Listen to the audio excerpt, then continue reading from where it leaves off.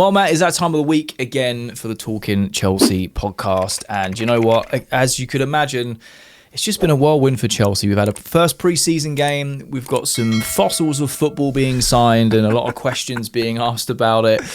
It's just, again, things move so fast. But first and foremost, how are you feeling, my man, between the last episode and this one? You all good? How's life? Yeah, life's all right, man. I'm chill. It's this has maybe been one of the most bizarre transfer windows ever. Yes. There's the whiplash of going from how it has been for the last few years of signing 30 players every single window, and do you know what I mean? With, Fabrizio Romano telling us what Xavi Simons is having on toast that morning and stuff like that. And then obviously now it's gone quiet, but we're making some really big moves. And then all of a sudden we're looking to sign 35, 36-year-old players to the squad, man. So it's been wild. It's been eye-opening. I think it's fair to say. For sure. I think there's a lot to talk about. So, today we kind of want to talk about, a bit of a recap of that first game, the win over Western Sydney Wanderers.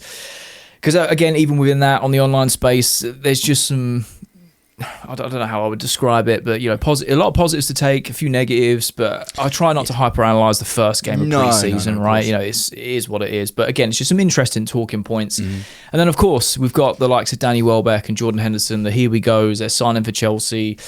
And just thought the shift of backing the manager and that being the proofs in the pudding now, and how them signings are going to work for Chelsea, because I just think they ultimately are just win-wins in terms of bringing them in. And I spoke about it a few times in news videos regarding these players specifically, but it'd be just nice to kind of speak to you about it as well. But let's kick things off with the pre-season. Now, obviously, Chelsea kicked off their Asia and Australia tour for the Sydney Cup against the Western Sydney Wanderers, winning 6-4 in total. Definitely a game of two halves, which is what you'd expect for a pre-season. If you had to sum up that game in just a few short words as an overall, how would you describe that? I don't think I can sum anything up in a few short words. I know, right? There's just a lot to go through. To sum it up, I think it's like you said, man, game of two halves is exactly the way to put it. Like, what I think is fascinating is there's so many academy players in that first team in the first half. I wasn't expecting that many. And there were ones that we've already known about, like Reggie Walsh and Ryan Kavuma-McQueen. But there was loads of new guys, and I've got a new favourite academy player. Do you know what I mean? I've got a new favourite academy player in Reggie Watson. I can't believe that guy's 16, by the way. What are we feeding him at Cobham? Is he 16? Mate, yeah. Is this Diego Costa syndrome where he's actually like 32? He's actually an experienced vet. Do you know what I mean? He's done the circuit. Is he actually 16? I don't know what they're feeding him at Cobham. I don't know what they're feeding him. He's like 16, 17. He is so young. He is wham. He was like the best one on the pitch as well. That's right. And he's the only one that stayed on in the second half. Yeah. When they brought all the other guys on, mate. Dead balls, man. This man and his dead balls, 3 corners directly on the head of centre backs. Twice Tosin Adarabioyo should have scored, and that free kick that was he didn't score, but it was a good free kick, man. Good free kick. Good effort. So yeah, for sure. I, if anything, I think the way to talk about this game is in the two halves rather than for sure as a total, because it was a 2-2 and then a 4-2 essentially, wasn't it? In the grand scheme of things.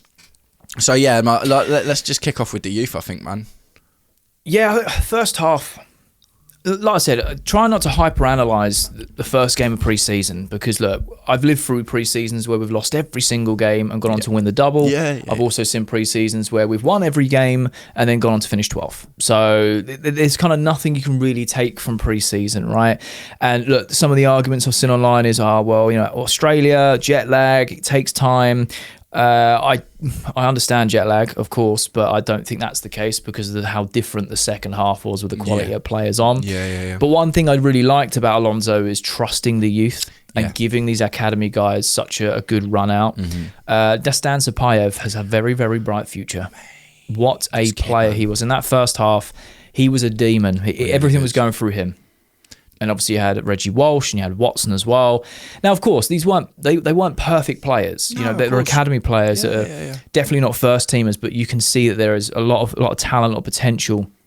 It was nice to see Alonso putting a lot of faith in them and giving them a good run out. I think the only notable sort of first teamers in that first half was Tosin, Delap, and you could argue Asugo, or you could also argue Josh Ashimpong, but I wouldn't lean that way because he's been fighting for minutes in the first team, but I suppose a first team squad player, right? And the rest were academy.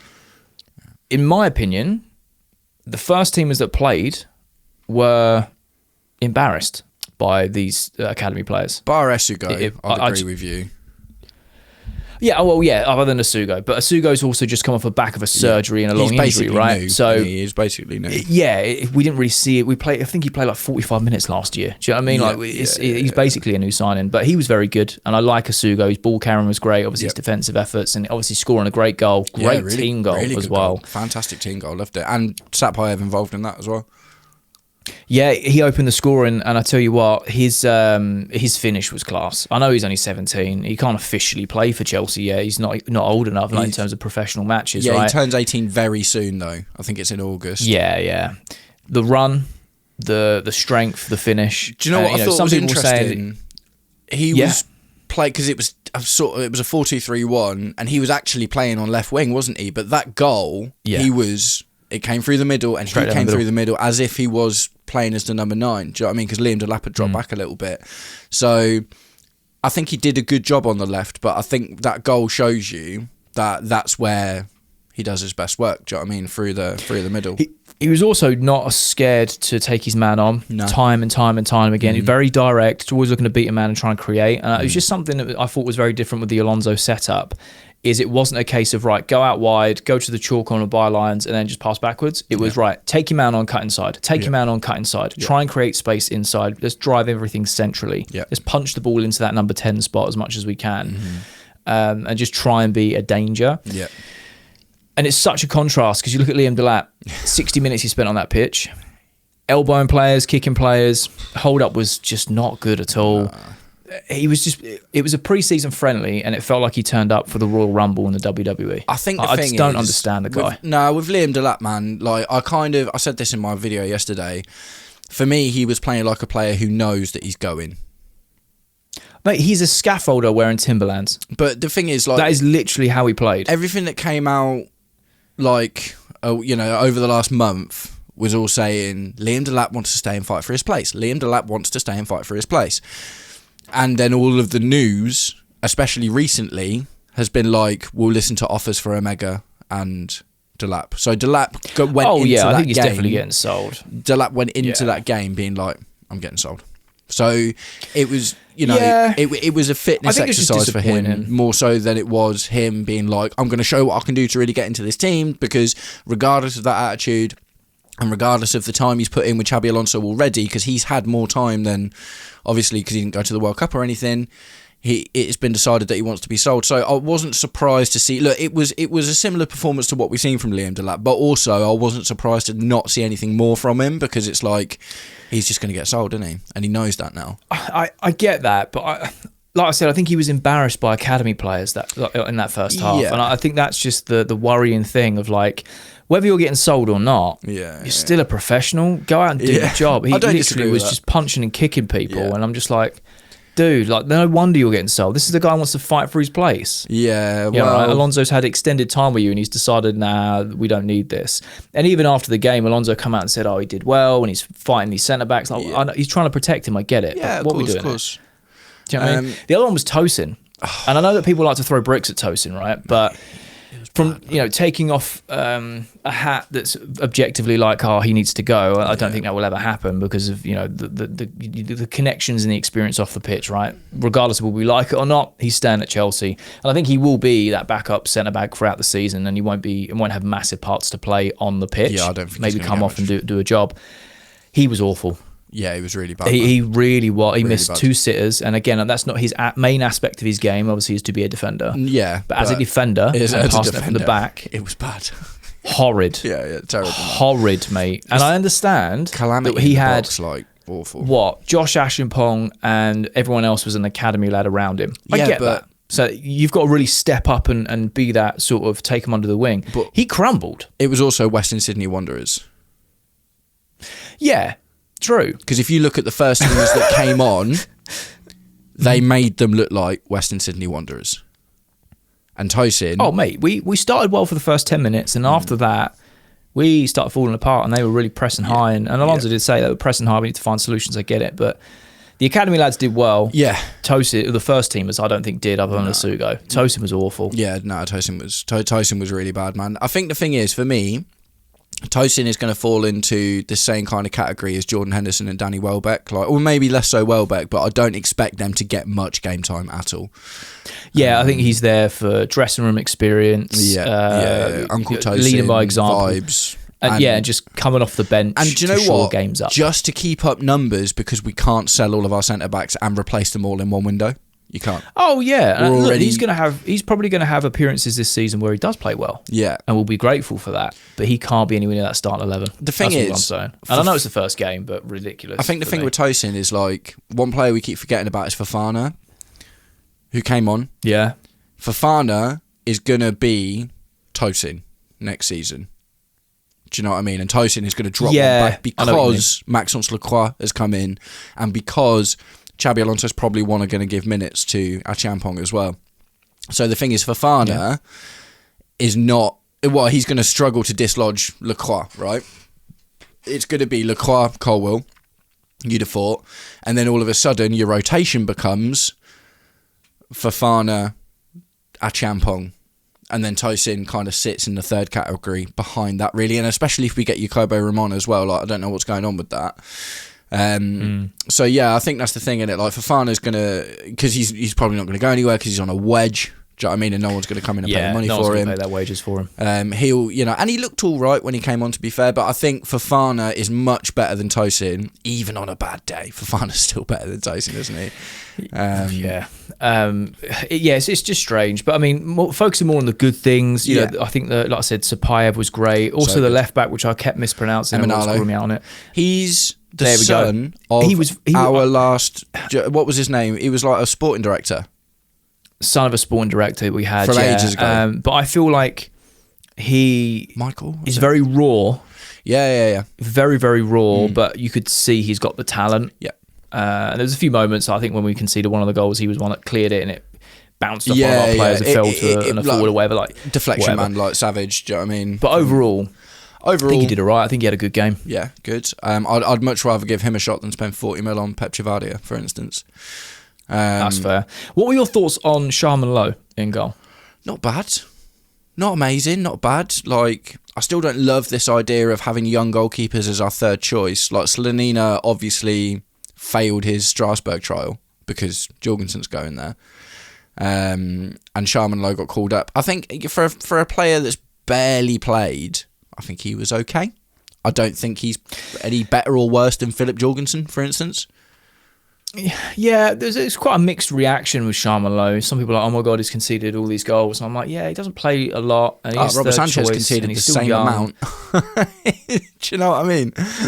Yeah. Sharman Lowe conceded 2, Robert Sanchez conceded... I thought he made some good saves. I thought his cross-collecting wasn't too bad. I wasn't... Obviously, he wasn't tearing trees up, but I wasn't disappointed with him. I was kind of like, cool, it's a good little run-out for him. Do you know what I mean? And look, as well, we've just talked about the defence being so... that is a real thing, isn't it? Like, when you've got Tosin, Achampong and 2 academy players in front of you, like, it's not the most together defence. So he was probably put... a couple of those goals were...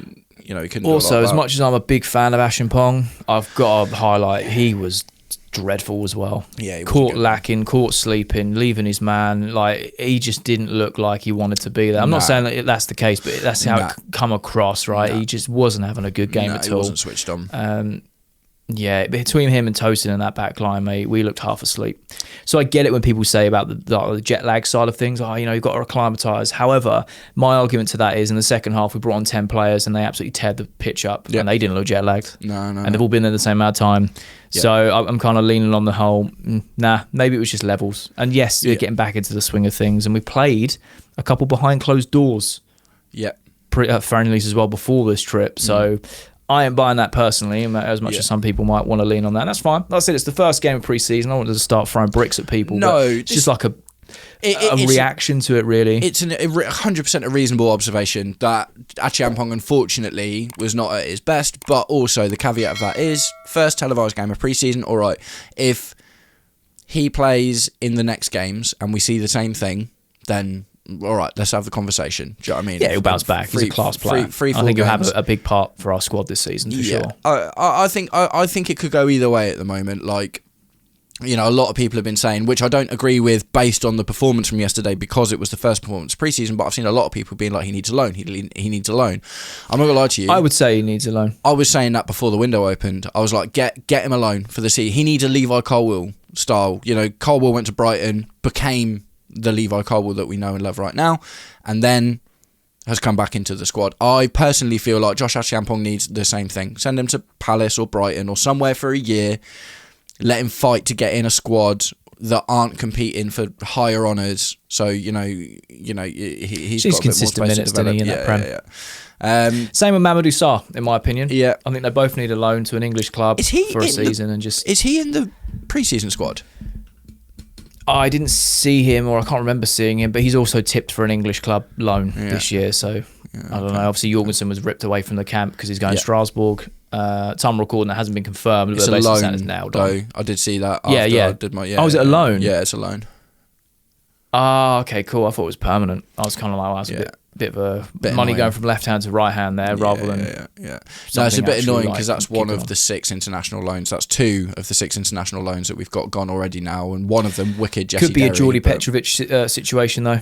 Goes to Strasbourg for a season, comes back to Chelsea for the pre-season next year, and we just sell him for profit. I think he's had a good year. Honestly, mate, it could happen in January if he plays well enough.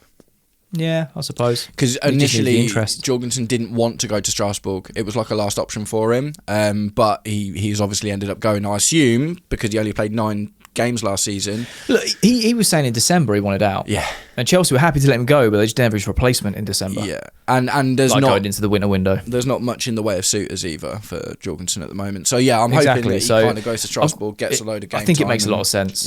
Yeah. If he goes there and improves, cool. Do you know what I mean? And also for the last 2 seasons we've ripped Strasbourg's keepers away from them. So it seems like an annual thing, doesn't it?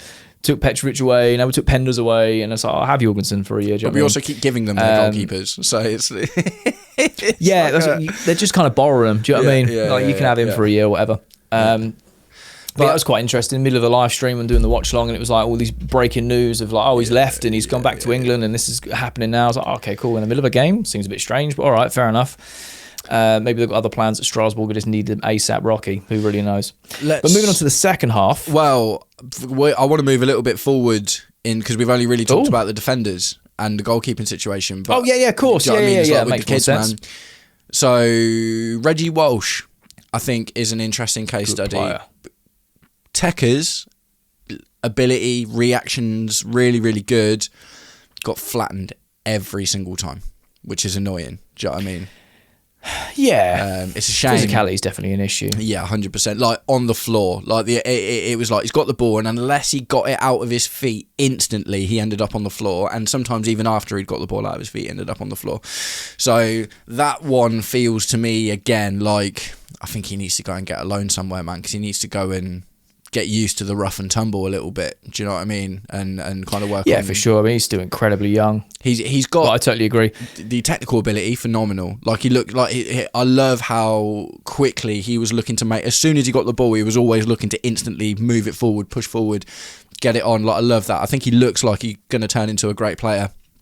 But I think he's almost like Shin Mayuka, where it's like he's obviously too good for the academy at this point, but he's going to... Not quite good enough for the first team. He needs that in-between step. I think even in like... Because we haven't got Champions League or nothing as well. Like the only games we're playing next season are against British opposition. Do you know what I mean? And British opposition, we're all like...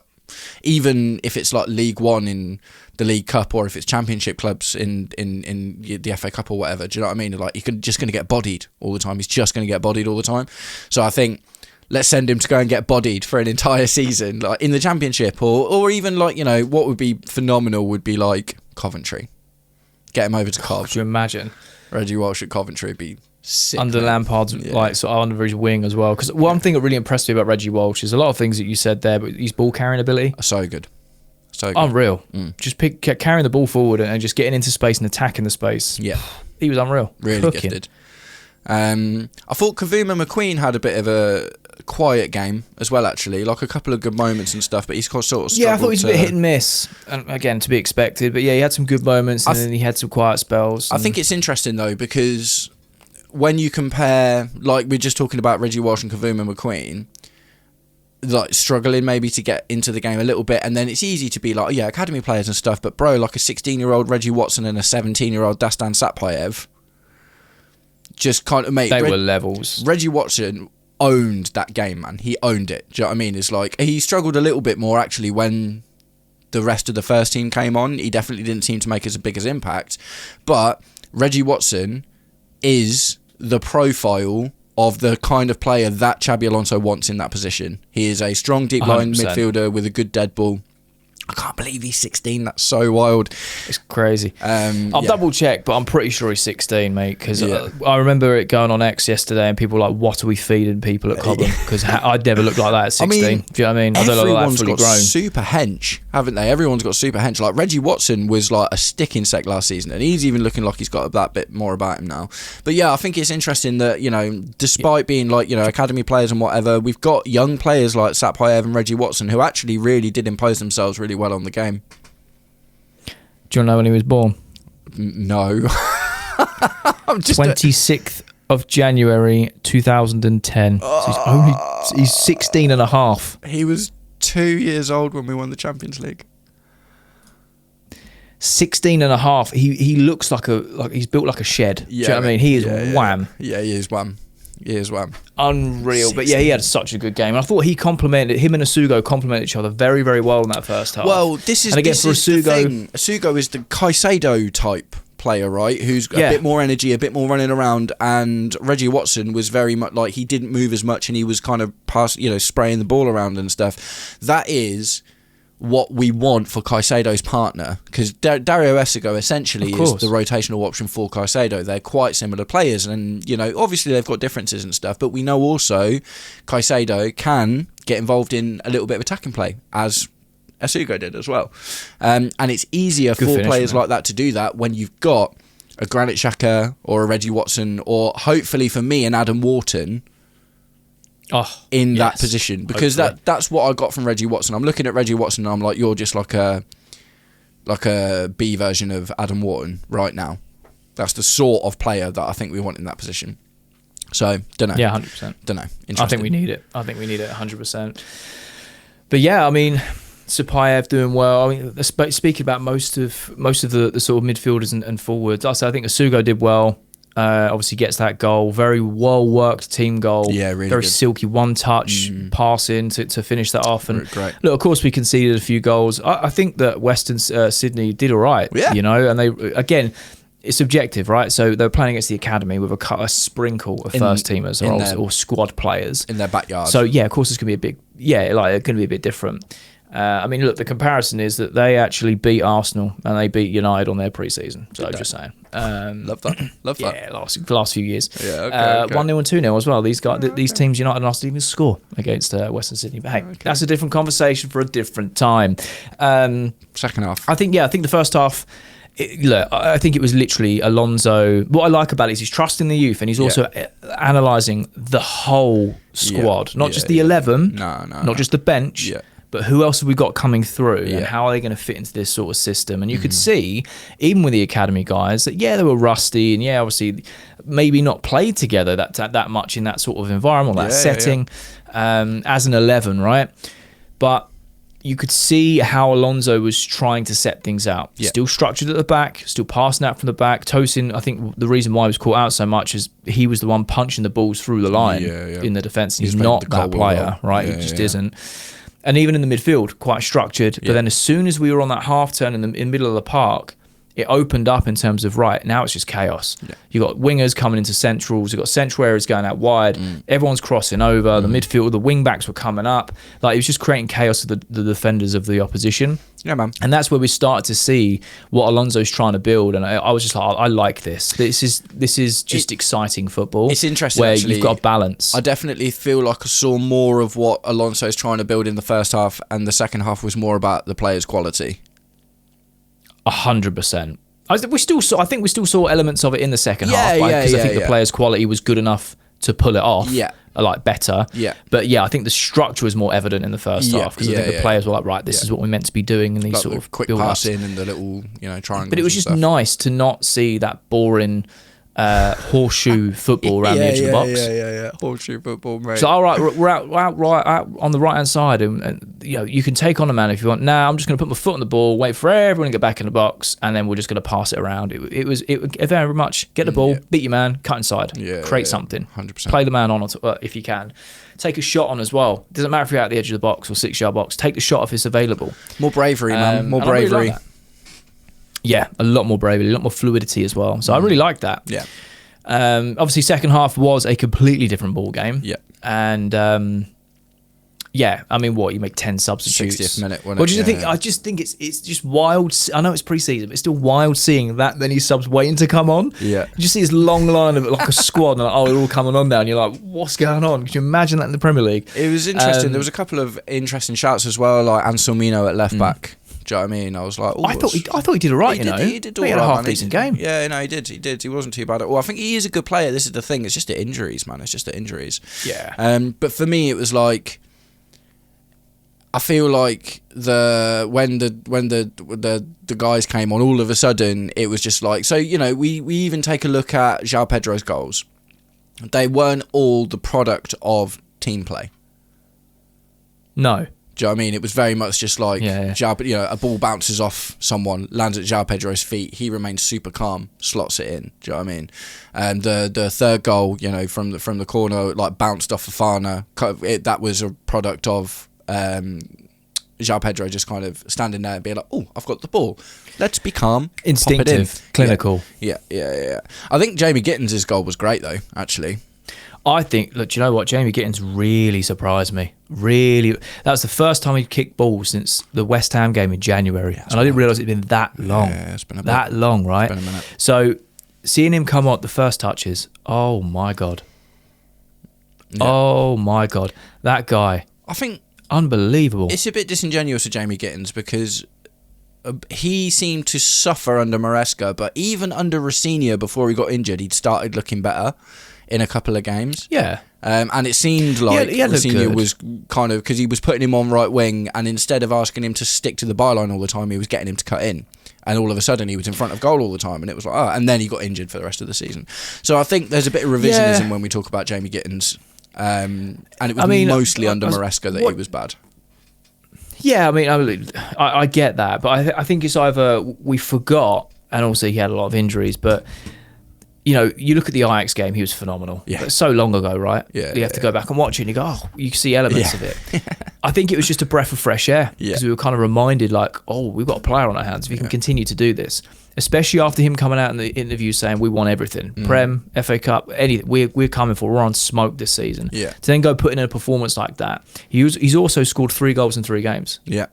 2 behind closed doors. He scored both of those and yesterday. Yeah. And it's a product of his hard work, his fearlessness. And I think working under Alonso in this style of play he wants is going to really benefit a player like Jamie Gittins, where he can take his man on and come inside.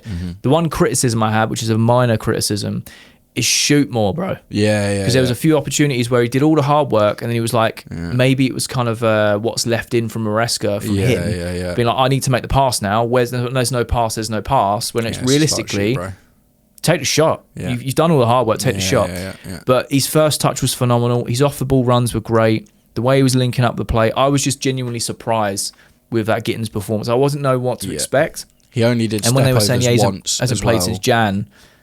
What's that? He only did step overs once, and they were really little ones. Like last season, he was like. Do you know what I mean? He was like a proper massive step. And there was one time in that game yesterday where he went. Whoop, whoop, whoop. like really small, and I was just like, oh, less of that, you just do the right things. But you know, but he was class. Yeah, no, he was really good, man, and it's like it's. I almost hate when people say this, but it's almost like a new signing, and because it's like it feels like one because he's been out for so long. Yeah, like Asugo as well. Yeah. He spent most of last season recovering, so seeing him play again does feel like a new signing. Esteval so I was really impressed with Jamie Gittins. Feels kind of the same because Esteval was out for quite a lot of the end of last season, and he looked good. I was unfortunate not to make anything happen, but a couple of little great moments from Esteval there. Esteval played well. I think all of our attacking players were wicked yesterday. Do you know what? And, kind of everyone, man. It's like Levi Colwill looked pretty mustard, to be honest. Wesley Fofana didn't look bad. Yeah, I mean, like I said, with Tosin in the first half being that sort of ball playing centre back, you could see why Levi Colwill is the guy for that instantly. Do you know what I mean? It was like, oh, okay, cool. This is what he wants to be doing. And again, it's not to throw bricks at Tosin. That was the role he was given in that first half. Someone had to do it. It was him. Yeah. But you saw Colwill, then you're like, oh, okay, cool, fine. That's kind of the plan, and this is why he's the guy there. Yeah. You're right. Fofana did all right. I was one that a lot of people online again splits opinion. And again, from a reaction of seeing it, I was really impressed with Marco Palestra. Mate, yeah, same as that, man. The guy did a left-footed flip-flap at right wing. Do you know what I mean? Yeah, like, what are you doing? You're a wing-back. What I really liked was seeing that run like, overlapping. I've missed it for so long, and I didn't realise how much I missed it till I saw Palestra constantly asking for the ball on the half space, being like, give me the ball. Do you know I want to run with it. I want to drive in. Underlapping. Creating more space for the likes of Palmer and the underlapping too of Esteval, freeing those guys up because Palmer looks sharp and so much more free because of the likes of Palestra, going over or coming in, just freeing up those right wingers. When Esteval drifted over, Palmer drifted in, whatever it was, they both had a lot more freedom. We haven't seen that since Maresca took over. That's what stopped. Do you know what I mean? Yeah. And I really, really liked it. I thought Palestra was decent. This is the thing though, this is such a difference with using fullbacks as fullbacks and not as midfielders. Because when when your fullback is there to play width, then your central players get to play centrally. But when your fullback is coming into the middle, then someone has to go on the outside. Do you know what I mean? Yeah. For me it was like Palestra. I think Palestra. Look, it's half an hour in a pre-season game against Western Sydney Wanderers. We're not losing our minds or anything. Yeah. But the little trick was I love that. Do you know what I mean? Mate, they smashed that. Left-footed flip-flap at right wing. But also just the desire. Even in that pre-season game, you just saw the desire there. Do you know what I mean? It was like, get me the ball. I want to take on the man. I want to make something happen. Yeah, and he's massive. He's hench. For a guy with techers and so much speed as well, do you know what I mean? He really looks like the package, man. Like he's a big old boy. He is a big old boy. So hopefully that can continue going into the season. But again, like you said, it's like half hour in the first pre-season game, which you're expected to win or whatever. Yeah. I was just impressed. I was like, what a good first impression of a player that we've not really seen too much of. Be like, oh, okay, cool. And again, I didn't realise how much I missed that sort of bombing forward right back until I saw it again. Yeah. And I was like, oh, this changes everything just from one side. Imagine you've got that on both sides and it interchanges during the game. Yeah. Like it was really, really cool to see. Yeah. João Pedro being João Pedro, 9-minute hat trick. That, like I said, the difference in quality. Delap had 60 minutes of fighting people. João Pedro had 9 minutes and put 3 goals in the net. Clinical decisions, clinical finishing, right place, right time. I don't know what it was, man, but the calmness that he demonstrated yesterday, I don't know. Look, we'll have to see going forward whether that's something, but that was composure. The composure was relatively quite a new thing. Do you know what I mean? In the grand scheme of things. I mean, we saw moments of it last year when he scores him little chips when you're close to the keeper. You do see elements of that, but I know what you mean. There was a completely different aura about him. That ball bounced back. He took his time and almost like he had the whole world stopped. It seemed like time slowed down around him when he scored those first 2 goals. Do you know what I mean? And that first one in particular, he was surrounded by players and he was just stood there. He had the ball and it was just like everything went into slow motion and it was like, it was beautiful, man, beautiful. I can't wait to see him. I think that he's really going to benefit from spending the season as a striker because obviously last season he got played a lot in the 10 and was being asked to drop deep a lot and stuff. And it's like, I think, you know, he needs to be able to drop deep as and when he wants to, rather than you need to do this. Do you know what I mean? It needs to be very much like, this is what I like about Xabi Alonso's style of football, is he won't be saying to João Pedro, you need to drop deep and collect the ball. He'll be like, you're the striker, but if you see an opportunity to drop deep because someone else is going to run on, or you see something happening, do it. Like, he's really encouraging people to It's almost like an themselves. instinctive thing, right? Yeah. In that front three, it's like, look, your ultimate goal is X, but ABC can still happen. It's instinctive. Let footballers be footballers in that final third. 100%. I love that. I think the interesting thing is, like, with, you know, to the game as a whole, if we'd have lost that game, I wouldn't have been like, oh, everything. You'd have just been like, yeah, whatever, it's pre-season, man. But to come out 6-4 is actually, like, quite unusual, really, isn't it, in the grand scheme of things? Yeah.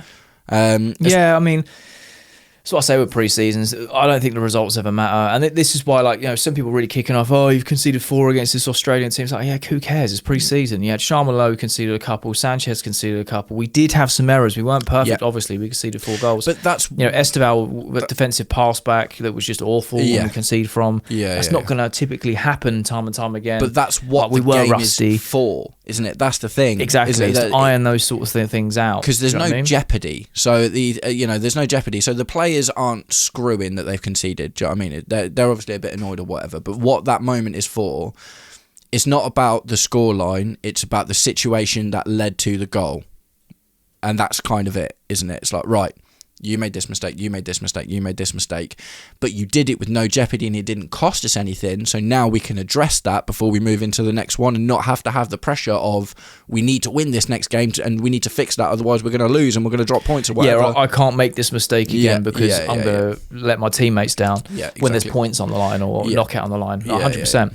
100%. I thought it was a good first pre-season game. It was entertaining. 10 goals. Yeah. Do you know what I mean? You know, Tim was messaging me the whole time with all videos and pictures. He was on a whale of a time, and he was saying, like, just the atmosphere in general for both teams. They just had a good time. Do you know what? Props to Sydney as well, man. Props to Sydney. A couple of tidy players, a couple of good goals. Like their pressing was on point, mate. Causes problems. Yeah. I think it was the goal when London Emanalo. It was like a deflection and it fell in, I think it was their number 8, and he literally, like, on his right foot to his left foot, boshed it in. I was like, that was a wicked goal, man. Like, really, really good play. Yeah. You know, it wasn't like, I'm almost glad we didn't just steamroll them, because you need to see how the players react in these situations as well. So, you know, it was an enjoyable game. Yeah, and even Alonso said after the game, he was like, you know, we need to analyse the situations, you know, the pressing high, how do we deal with that? What's the solution? And you're only going to do that by coming up against it. So we did seem really open at the back quite a lot. Do you know what I mean? That was the main negative takeaway, I think, for the game for me, was how open we seemed at the back a lot of the time, how calamitous we were in the box from, like, set pieces and stuff like that. This is all hangover stuff from the last... for sure. From Rosiño and Enzo Maresca. These problems have been there for ages now. Do you know what I mean? So, you know, does Lacroix not only that, it's like probably we're looking to address that instantly. Yeah, because we've got, like, the new set piece coach coming in. McPhee, yes, mate, love that. You know what I mean? Release clause activated. We've got someone coming in. Yeah, man. Like, we're not even just changing the manager and the players. We're also doing the backroom staff. Yeah. We're going all the way through, and we're just kind of making sure everything's perfect. Mm-hmm. So again, I feel confident we can iron out a lot of this stuff. But Agreed. It's just good to see Chelsea play again, man. Yeah, man. It's just good to see us play. Yeah. If I'm being honest. I thought the kit looks better in person than it does in the promo pictures as well. I didn't mind it so much. 100%. Yeah. Yeah, 100%. I've still been on the fence with the home kit. Yeah. But it does look better in person. The away kit and the third kit, the sponsor, in my opinion, if we get one, will make or break it. I think so too. I think so, yeah. The right sponsor on that, I think it does completely transform it. Yeah, man. 100%. So, yeah, that was the first pre-season game. Obviously, we've got Spurs. Well, this goes out on a Friday, so tomorrow we've got Spurs in the next pre-season game. So, I don't really know what to expect. We're going up against De Zerbi side. They've made a lot of signings. I think Alonso's going to rotate heavily again. Yeah. Some people online are going in like, oh, it's a rivalry. I don't care if it's pre-season. Let's go clatter them. And I'm like, I don't think it's going to be played that way. I think they will take it more seriously than we do. I've just got this feeling. They have to. Yeah. They have to. They finished 17th 2 years running. Yeah, that's true. They're literally, they've made all this signings, all this money they've spent. They've got a new manager and everything. They need to start their pre-season like they're trying to win the league. And the thing is, because you can't finish 17th 2 years running, go spend $250 million on 2 midfielders, and then just have a whack pre-season. They've got. Do you know what I mean? They've had De Zerbi for longer. They did their business early as well. They did their business early. Do you know what I mean? I think the thing that interesting. We've still got. They still haven't got any good attackers though. I think that's kind of the one issue that they're going to have, really. They haven't got any marquee attackers yet. Yeah, also, we're still missing a few key players. Moises Caicedo, Enzo, whether he comes back or not, really. But, he's still considered a player that would come in. There's quite a few that you kind of look at and go, well, we're still missing those. Most of our team's there, though. Yeah. So it'll be interesting to see how we do set up and how it kind of plays out. Whether Spurs take that issue of, having that rotation in the front, sort of 2/3 of the midfield and the strikers throughout, and try and keep that defence solid or whatever. Just be interesting. Yeah. I've just seen people online being like, I don't care if it's pre-season, it's like life or death. And I'm like, it's pre-season, bro. Yeah, no one likes getting beaten by Spurs. We usually always beat them, do you know what I mean? Like it's a rare situation where I'll be happy if we win, but I won't be fussed if we lose. And it's like, do you know what? Enjoy that. Enjoy that. It doesn't happen very often. Yeah, just like don't set yourself up to be disappointed if we lose, but you can still enjoy it if we win. Like, this is like the best time to play Tottenham ever because it's a win-win. Basically. No, right. 100%. And I remember last pre-season when we lost 4-1 to Celtic, and everyone was just pulling their hair out about it. And I'm like, all right, you don't want to see it on the surface, but it is pre-season. Do you know what I mean? So it was a bad omen, wasn't it? It was the precursor to how our season's going to go. Yeah, precursor. But no, I'm looking forward to it because there will be a little bit more to it just because it's Tottenham. Do you know what I mean? Of course. And hopefully we see the levels kind of raised naturally as we get further and further into this pre-season. What I'm hoping happens is they put their full first team out and we put half our first team out with a few academy players and we batter them with Reggie Watson and Landon Emanalo and Dastan Satpayev. Do you know what I mean?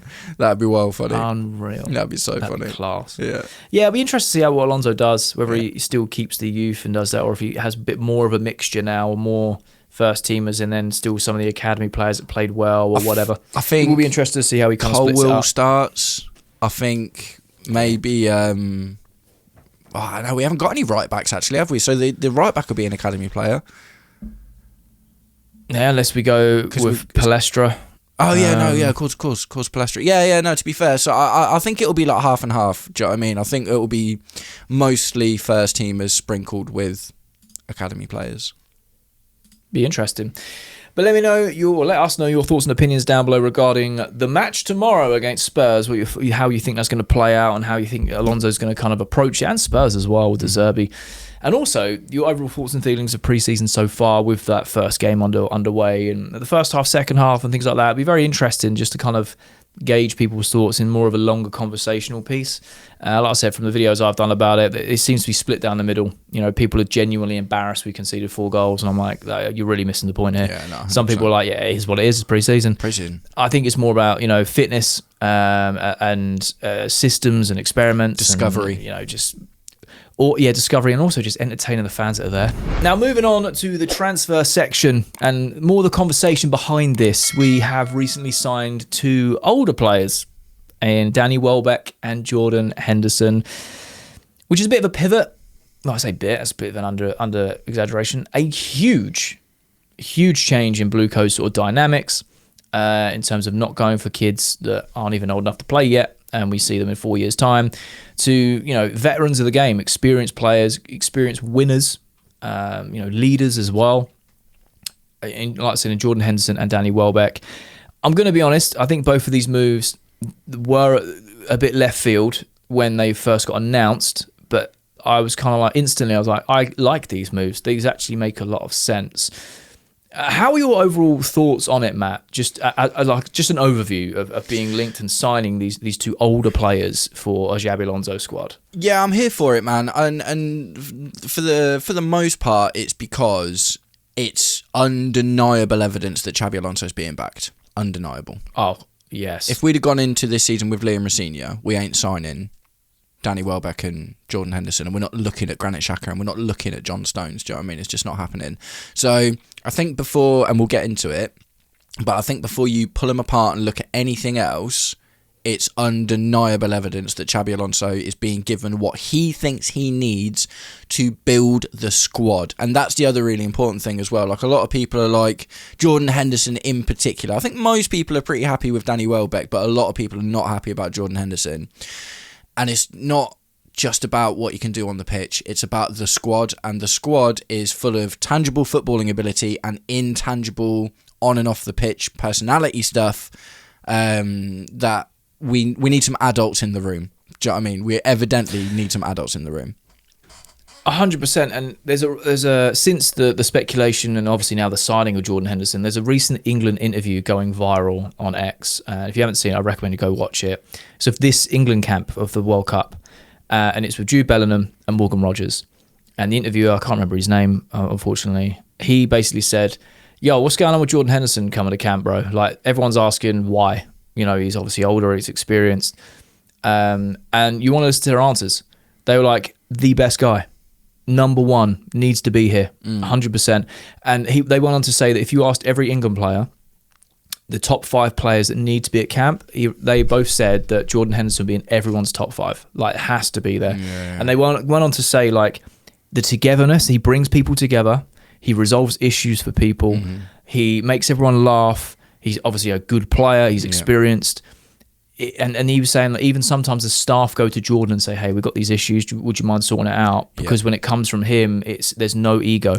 This is and the it's thing, about getting the job done, and it's having that sort of level head of being able to go into a situation and be that second manager, be that sort of general. Chelsea and Alonso were looking at Granit Xhaka, and it didn't go the way that we wanted. I think Jordan Henderson makes a lot of sense, especially on a free transfer. Going from potentially spending 20 million on Xhaka as the number one of what Alonso wants as that general, to a free transfer of Jordan Henderson, in my opinion, there is no risk and all reward. Yeah. The only even if he risk doesn't for kick me ball on is the like, pitch. if he ends up being relied on to play a lot, I think that will maybe not be ideal. Yes, I see. I get it and I don't, because last year he made 33 appearances and 22 of those were in the Prem. So he can also put a shift in and still do what needs to be done. Yeah, I agree with that. I think he's going to have a certain role. Yeah. Obviously, it's not like you're going to say, right, we're going to sell Enzo and replace him with Jordan Henderson. That's not going to be the case, right? No, but I feel like he's going to be a player like a John Obi Mikel of old, where he comes off the bench and shores a game up for 20 minutes. Look, he comes on and rallies the troops. I think the biggest thing with Jordan Henderson in particular is everything that you just spoke about. I think it's the intangibles, the missing link between the coaching staff and the playing squad. And also, Xabi Alonso will say do this and Jordan Henderson will do it. And then he will be the older, experienced guy in the team, and all of the young lads around him will see that Jordan Henderson's doing that, and they're not going to be like, they'll be like, okay, look, Jordan Henderson's doing it. Man's won the Premier League and the Champions League. I think it's so important, man. I think it's so important. And the thing is, like, Xabi Alonso has identified that we need this in our squad. The majority of people that are unhappy about Jordan Henderson are looking at the player profile exclusively, pretty much, and not thinking about what are likes of, and I get it to an extent, because when we talk about Danny Welbeck and we can talk about Granit Xhaka and John Stones, you can still see what these guys will bring to the pitch quite easily. I think that's the difference with Jordan Henderson, is John Stones and Danny Welbeck and Granit Xhaka, you can see them all in the team and how what they bring and what they add and what they give. Jordan Henderson a little bit less so, do you know what I mean? But at the same time, I don't expect us to, be in the FA Cup final and start Jordan Henderson. Do you know what I mean? It's like, I don't think that's what it's going to be like. I don't think he's being brought in to be the partner to Moises Caicedo. The only reason that's concerning as well is because after the morning after the Henderson news was announced, the deal sheet on The Athletic, Simon Johnson's deal sheet, said Chelsea are not looking to go in for any more midfielders after Jordan Henderson. I don't think that's true. I don't think that's true. We're going in and getting another midfielder. And we're either going to push really hard for Alex Scott, or we're going to do what we can to get Adam Wharton. I think that is the ultimate goal. And they're trying to play it down. And obviously, everyone's losing their marbles over the fact that Chelsea are, under this new ownership, have signed 2 veteran players. That's the main attention thing, where we're doing things in the background. But that's my beliefs. I just think it's a good idea, man, to have veteran players around, because I think if you look at any squad, that even a squad that's had young players in it, like you think about the class of 92, like they had older players around the squad. You think about that Ajax team that won the Champions League, there were 17-year-olds in the first team, but they had older players around them as well. I don't think there's a team in history that's been really successful with a team with the average age of whatever it is that we've got. I think PSG are the closest, and they've still got Marquinhos and like a couple of other guys in and around the squad that are in their 30s and stuff. So I just think it makes sense. Like, do you know what I think it is as well? I think that Granit Xhaka was Xabi Alonso's ID, and I have a feeling that Jordan Henderson was Dave Fallows, because Dave Fallows was there at Liverpool whilst Jordan Henderson was in his prime in that team that was fighting for the league every season, won it once, and obviously won the Champions League as well. So I have a feeling that Jordan Henderson has been ID'd by Dave Fallows and be like, look, when that team was winning everything, these are the, as well as his on-pitch thing, which like he allowed Trent Alexander-Arnold to be the best version of himself because he covered a lot of the defensive work, right? But also, Dave Fallows will be like, this is what he brought to training. This is what he brought to the rest of the squad, the rest of the team. He also scores bangers. So if he plays 10 games a season and scores 10 bangers, I'm all over it. Do you know what I mean? Guy doesn't score tappers. That's all I'm saying. No, that is true. That is true. So yeah, we'll get on to Danny Welbeck in a minute. I think the Danny Welbeck conversation is a lot easier to have because of recency bias in terms of performance. I also think it's easier to look at a striker's stats and be like, I see how that works, than it is a Jordan Henderson. Most Chelsea fans weren't following Brentford and watching Brentford games last season. I wasn't. Do you know what I mean? It's like I wasn't at all. And if you look at Jordan Henderson's stats, it's not really easy to see what, like with John Stone, just like look at his passing stats. With Granit Xhaka, it's like, the control and whatever. A bit harder to see that with Jordan Henderson. But at the same time, what did they finish 7th? Do you know what I mean? Higher than us. In the same way that Granit Xhaka was integral to Sunderland finishing 8th, Jordan Henderson was integral to Brentford finishing where they did as well. So 100%. I think I just think it makes sense, man. I think you won't necessarily see the benefit of Jordan Henderson on the pitch from him, I think. Yeah, and again, going back to that interview, it's what the England players were saying. Right. Like they were just saying, like, he's worth more. Jude actually said the people that say that have no idea what they're talking about, and I'm like, well, it's a bit bold coming from a player because obviously it's different perspectives. But he went on to say the same with Morgan as well. Like, the value he brings in terms of the squad and everything off the pitch is worth every weight in gold that's physically possible. 100%. And I totally agree. And we look back to Thiago Silva, and we look back to even in the 90s when you had, signed Zola when he was 30, he was here for 7 years. Yeah. Vialli, Ruud Gullit, and all these other players over time that are just good players. I'm not comparing Jordan Henderson's ability to Zola, by the way, before people take that out of context. No, it's not what it's about. That's not what I'm doing. It's not what it's about. But it's more about the experience, the leading by example, the help in the youth and things like that. I think you're right. You might see it on the pitch. He might come on and we might go, do you know what I mean? Damn, all right, cool. Jordan Henderson's on smoke. But I don't think that's going to be the case. I think it is just going to be more looking after everything else off the pitch. I feel like do you know what? It's an interesting thing as well. When you put in young players on, and especially like, say we get a first teamer, right? And you have, let's call it Alex Scott, just because he's the guy that we're being linked with at the moment. Alex Scott's the first teamer. Whenever Dario Asugo or Romeo Lavia or whoever it is get the opportunity to replace him, as well as thinking, we need to win this game today, they're thinking, I need to prove myself to show that I can get into this team more. That's another layer of being a young player that is just absolutely unavoidable. Jordan Henderson at 36 is not coming on being like, I need to prove myself to the manager. I need to prove myself to everyone. I need to make sure that do you know what I mean? It's like he's done it. He's been there and done it already.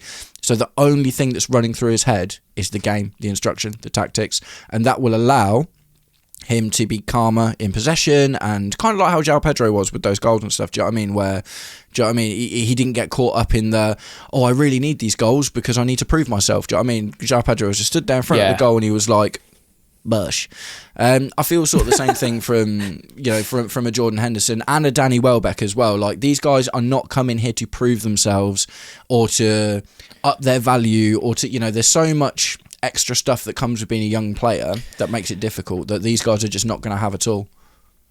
Yeah, and look, same with Danny Welbeck. I am all for it as well because I think that Chelsea have lacked a Danny Welbeck-esque signing. And again, you can go through the last 10, 15 years when you've had the likes of, I don't know, Michy Batshuayi. I know he was young, but he was utilised in a similar way that I feel like Danny Welbeck will be utilised. Yeah. Cherry-picked hand moments and whatever. Welbeck has obviously been around the block, United and Brighton, and he's done the Premier League and whatever. He scored 23 Premier League goals in the last 2 seasons. You know, a lot of people are saying, yeah, but he was injured a lot last season. I'm like, well, if he still scores 13 Premier League goals and he's injured like he is last season, I will still take him for £5-7 million. Mate, why wouldn't you? Because it's not going to be a lot of money. If he scores 10, that's 5 times better than Liam Delap. And he ain't going to get 41 appearances either. That's what I'm saying. So I think it gives us another dynamic. He knows how to score goals. He's obviously experienced too. He's not designed, not designed, that's probably the lack of a better phrase, but his role isn't to come on and go, right, you're doing 90 minutes, 38 games a season. That's just not what you're doing, right? You're going to sit on the bench, and when we need to chase a game or when we're drawing and we need a goal and we're playing a low block, we're going to whack you on there, we're going to pump balls in and you're going to score headers. Or, you know, you're going to be that main target man and we're going to pump balls in left, right and centre and you just need to finish it off. Because if you look at the types of goals he scores, they are very much experience of right place, right time. Yeah. Reading the game. We've seen it with stuff like, do you remember Chris Wood at Nottingham Forest? Yeah. He was like in his 30s and he just scored like 20. Do you know what I mean? It's like, I know Danny Welbeck's a little bit older than that, but these players can have these purple patches and these, you know, I'm not saying that Danny Welbeck's like going to be Golden Boot contender or anything, but at the same time, with a Cole Palmer and an Esteval and a Morgan Rogers and a João Pedro and whatever around him, it's like if he manages to get 13 goals in that Brighton team, maybe that is actually not even impossible when you consider the level of quality that's going to be around him as well. And with injuries. Yeah. So a season without injuries and probably a bit more of a limited role. Yeah. Looking at the same sort of return, we're missing that. Because at the moment, if João Pedro don't score, we don't. Yeah. So not only do we need more goals from another striker, which isn't going to be Delap, and it probably isn't going to be Jackson, and it probably isn't going to be Omega. Yeah. Then where are we getting them from? And for £5 to £7 million, you can clearly see what Alonso's trying to build. If we got John Stones, which I know we didn't, he went to Inter, fair enough. Yeah, fair play. You'd have had an experienced leader in the midfield defence. Jordan Henderson is the same thing in midfield, and Welbeck is the same thing as a striker. So you've got a spine of a wealth of experience and knowledge and good footballing ability that isn't there to play every single minute of every single game, but can be there to help the youth. And I think that's so integral and so important. I'll be very interested to see what Chelsea do now they've lost out on John Stones, which we know is an opportunity because he was a free or whatever. But I still feel like we're going to go get someone of the older, more experienced age range of a centre-back too. I want Lewis Dunk, man. Lewis Dunk, mate. But no, at the same time, it's like, do you know, honestly, it seems to make the most sense. And now we're doing it, it seems really obvious. But obviously, like, when Blueco came in, it was like, we're going to just get young players. We're just going to get young players. Young players require developing. Young players develop better with older players around them. That's there to see. Do you know what I mean? It's like, 100%. You know, it visual learners or whatever. Do you know what I mean? And it just makes sense. It seems wild that the oldest player in our squad for the last 2 seasons has been Tosin Adarabioyo, who didn't win anything and didn't have that, you know, amazing big like top level experience. Like Jordan Henderson, top level experience. Danny Welbeck, top level experience. Granit Xhaka, top level experience. And John Stones, obviously top level experience. That's the other thing that we're talking about as well. These aren't just older players. Look, I know Danny Welbeck didn't win the Prem, was he just at United in 2013, 12, 13? He's been around longer than we think. Because that, I'm not sure. Maybe he was in that squad, because I know he's been around a long old while, isn't he? Because what was it? United, Arsenal, Watford? Was it Watford for a while? I believe he did a stint there. Yeah, and then obviously he's ended up at Brighton. So I know he's not been winning trophies, but he's, you know, especially... Yeah, he's won the Premier League, Champions League and FA Cup. Well, there you go then. Won it with United. 12-13, Champions League 07-08, 07-08. Club World Cup 2008. He got a medal in 07-08. I'm saying he was one of those players that come through... I don't want to sit here and say he's an academy player, but that type of young prodigy type thing, he might be. I don't know, but that's 18 years ago. I guess, isn't it, at the end of the day, that's crazy. He's won 2 League Cups, Club World Cup, a Champions League, Premier League, and 2 Community Shields. So again, he's been there and done it. He's won everything. So that was early on in his career. That's the thing that we're not actually talking about with these experienced players. Is all of them. I wasn't sure about Danny Welbeck, but you've just proven it. Every single one of the older players we've been linked with has won a massive trophy at some point in their career. Wealth of experience, wealth of knowledge, been there and done it. Granit Xhaka, they haven't got the egos. Double. Yeah, exactly. Yeah, you know what I mean, they haven't got the egos to be like, I need to be in this team. Like you said, it's more guidance. Yeah. And like, if we want to win and if you want to develop and kick on, these are the types of situations. This is how you deal with it. Mm-hmm. And like I said, I'm never opposed to having an old striker that comes off the bench periodically and just nods a couple goals in. Like I said, historically, Chelsea have had those types of players, and we missed it massively. Olivier Giroud. Giroud, perfect example. I loved him. Experienced. In terms of Premier League, won a couple of things. Obviously, won stuff with Chelsea too. Yeah. But you bring on a Giroud and your dynamic changes. And you've got that experience, beautiful experienced man, just to be a twinkle toes and put the ball in the net. So yeah, I just think that's such an important part of this spine, this experienced spine that we're talking about, is they've all won something. Do you know what I mean? They've all won something. And I do think 100%. That's really important. One thing I really liked was Fabrizio's tweets around these 2 signings, because it was like such a big thing of, under Bluco, no one thought signing a 35-year-old was ever possible. And it's like, we get it. They've shifted their model. Yeah. And again, like you said at the start, it's so evident now. No one can question it. Nope. They are backing the manager. Bluco are actually doing everything they said and set out to do in that period where we were awful as a club and everything was on fire. And they said, don't worry, look, the summer, things are going to change. Everyone was like, yeah, sure, of course they are. They have.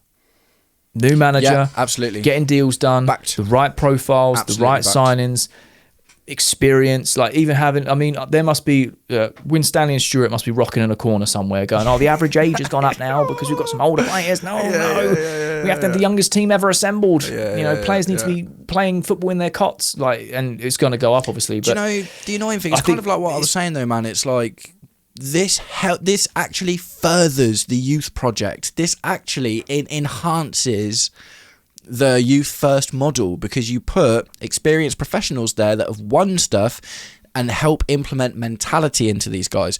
Like, the sporting directors have been treating Chelsea like it's Football Manager or FIFA career mode for the last 4 years, where it's like, as long as the player, which is the manager / sporting directors, know what they're doing, then anyone can go in the team based on the technical quality that they've got.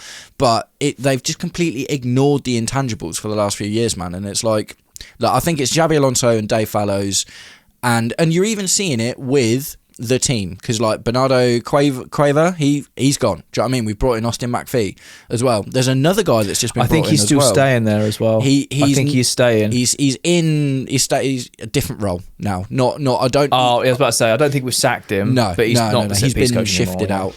I don't know about Willie Issa. I'm not sure what's going on with him. Whether the mentality coach. Yeah, the rugby guy.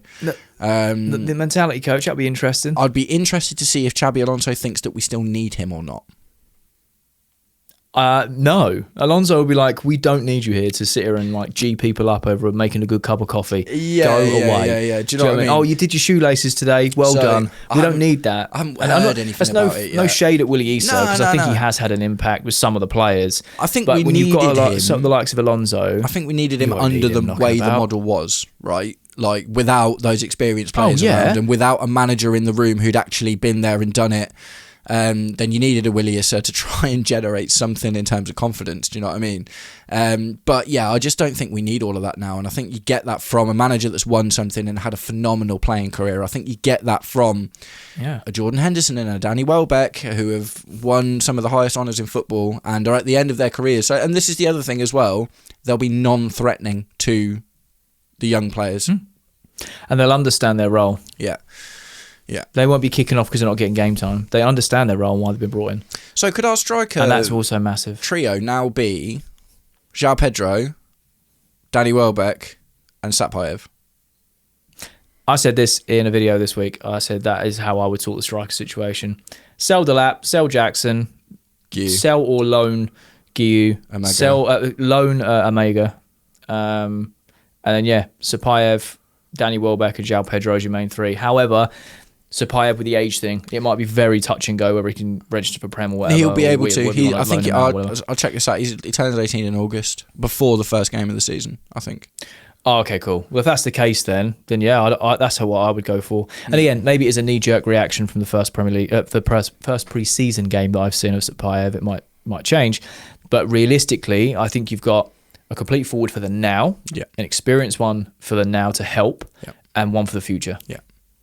That just seems to make so much sense, doesn't it? It just seems to make so much sense. Like, we've been trying to go, here's 3 strikers that are 21 to 23, and they're all constantly battling with each other all the time. I think, like, João Pedro needs a Danny Welbeck behind him, because it's not just about, like, João Pedro is, at the end of the day, if Danny Welbeck turns up in 3 games in a row and scores a brace every time, he's gonna get the next game, isn't he? So that pressure will still be there for João Pedro to have to keep on playing. And the same with Sapayev as well. There is still competition and there is still pressure from these players. But it's like, well, so many weird Blueco decisions, man. It's like Nicholas Jackson was our only striker for 2 seasons. Literally, our only striking option for 2 seasons. And if it wasn't him, we had Pedro Neto playing there. Do you know what I mean? It was like absolutely wild. Or Tyreek George. Do you know what I mean? And it's just like Nicholas Jackson had no... it doesn't matter if I've... he was like, doesn't matter if I have a bad game because there's literally no one else to play this role. But with... Sapayev, João Pedro, Danny Welbeck, then all of a sudden, even though you can see the roles there, Danny Welbeck is not going to be expected to play all the games. Dastan Sapayev will only have just turned 18 by the time the season starts. But at the same time, they will still be there and hungry and wanting to play and enough to provide competition. And because that's the thing is, Liam Delap didn't provide competition to João Pedro, did he? Let's be honest. It just wasn't. And I also look at it from the youth as well, Mark Guiu. Yeah. What's he learning from Liam Delap and Jackson? Realistically, you've just come out of Barcelona's academy, and Liam Delap is your senior person you're competing with, and you must be looking at him going, this guy couldn't hit a barn door with a machine gun, and I can't get game time. I think the thing is as well, like, there's only so much that a Mark Guiu can learn from a João Pedro because of how different they are in profile. Like, Mark Guiu is never going to be the type of striker that João Pedro is, never. They are just different players, do you know what I mean? Liam Delap may be a little bit closer to, but this is how you score 2 goals in 41 games. Yeah, this is how you use your elbows. Do you know what I mean? Like, what we doing here? Whereas you've got Sapayev and you've got the likes of and the versatility of a João Pedro-esque player and a Danny Welbeck profile, and he can learn a lot, everything between them. Because again, even those players are very different. But I don't know. That's what I would go for. It might be a bit of an oversight or whatever you call it, short-sighted or whatever. But no, I don't think so. I look at our striking situation; it's a mess, and it needs to be sorted. So that's how I would go into it. Unless you replace Sapayev with a loan and you bring in Omega, because again, might be the right type of profile, but. Something like that. From what we're hearing so far with Omega, it doesn't look like he's going to be staying at Chelsea this season. Yeah. That's so weird as well. I don't think we sell him. But I don't think we'll sell him either. We don't even know how much we paid for him yet. Yeah, it's wild. It's weird. It's just wild. It's a bit weird. Same with Valentin Barco. There's a lot of whispers coming out now that's like, well, they haven't really made their mind up yet. In terms of, is he going to touch grass for Chelsea, or is he going to go immediately on loan? Or I'm less worried about this kind of thing because think about how long it took for Xabi Alonso to be acknowledged by the club. Maxence Lacroix, at the moment, we've had the here we go, hasn't been acknowledged by the club as of yet. I think Barco's part of the squad next season. Like I'm not. Yeah, like I said, there's just murmurs at the moment of like they're still. The reason they haven't announced it is they're still undecided in terms of what is the plan for him. Like not just now, but for long term. Especially if you go sign a Henderson. Especially if you still want to go out and get an Alex Scott or an Adam Wharton and Enzo's off or whatever. You don't bring in 2-3 midfielders and then you go, Barco's just gonna train. Like, do you know what I mean? So Barco's really versatile though. So Barco's going to get opportunity to get game more so than a Dario Asugo or a Romeo Lavia, because Dario Asugo and Romeo Lavia play one position and that's it. But with Barco, Lavia plays injured. Yeah, well, yeah. But Lavia is the medical bed warmer. But with Barco can play the deeper midfield. He can play left back, left wing back, and even in a pinch, he can probably do that half-10 role. If we play 3 at the back and something like that as well. That's why I feel like Barco's more likely to get opportunities because of the versatility of the player. But you can't be like, Dario Asuga, I want you to play right wing back today. He's going to be like, well, no, obviously I'm a midfielder. But Barco, is a bit more of a Swiss Army player, isn't he? So, I think that'd be a good thing to have in the squad. Do you know what I mean? I think the problem that it leaves you, and this is the conversation that's being had about Jordan Henderson, all of a sudden, and the tweet said in particular, apparently we're not looking to go in for another midfielder because of our wealth of options. But do you know what we haven't talked about at all vis-a-vis the midfield, and that actually might be the answer? Reece James. Yeah, potentially. Because Reece James can play that deep line distributor role very well, and it probably actually really suits him to do so. That's true. Is Reece James the midfielder already? Do you know what I mean? Without even really having thought about it, because we're only talking about Reece James in defence if we play a 3 at the back. You're not playing Reece James and Levi Colwill next to each other in a back 4, are you? Yeah, true. That's true. So I know the injury thing is a worry, but he was fit for the majority of last season, and if he's going to be fit for the majority of this season, he gets into the starting 11 because he's one of our best players. It's Reece James. Marco Palestra is going to lock down that right back / right wing back spot. I think that's fair to say, isn't it? Then you also got Gusto as well. Yeah. What we doing with him? Do we sell him in the end, or do we keep him? That's going to be another thing that kind of happens later in the window. Exactly. So I don't know. There's still question marks. Yeah, in my opinion. Yeah, definitely. I've just started. We're not considering it because he's not there. That's the thing, is we're not thinking about it because Reece James is on holiday at the moment, and we're looking at. But we've got so many midfielders, man. If we buy another midfielder, someone is gonna have to go. I think Lavia goes on loan. Do you reckon? Yeah. Yeah, and look, some of you guys might say just sell him. I don't think Chelsea are going to. We've spent a lot of money on him, and he's been injured for 3 years. Yeah, exactly. But because of that, I think once he's fit, I think we loan him out this summer so he can try and be someone else's problem for a year. Yeah, and it frees up a squad space to bring in that other midfielder, and then we assess it next season. Yeah. That's what I could see happening. Lavia's fit, cool. Let's loan him out for a year, see if he can stay fit somewhere else, get some regular game time. He's still on our books, but for right now, for competing and changing things, we could bring in another midfielder, and then next summer we can reassess who else is going out the door, and then what do we do with Lavia?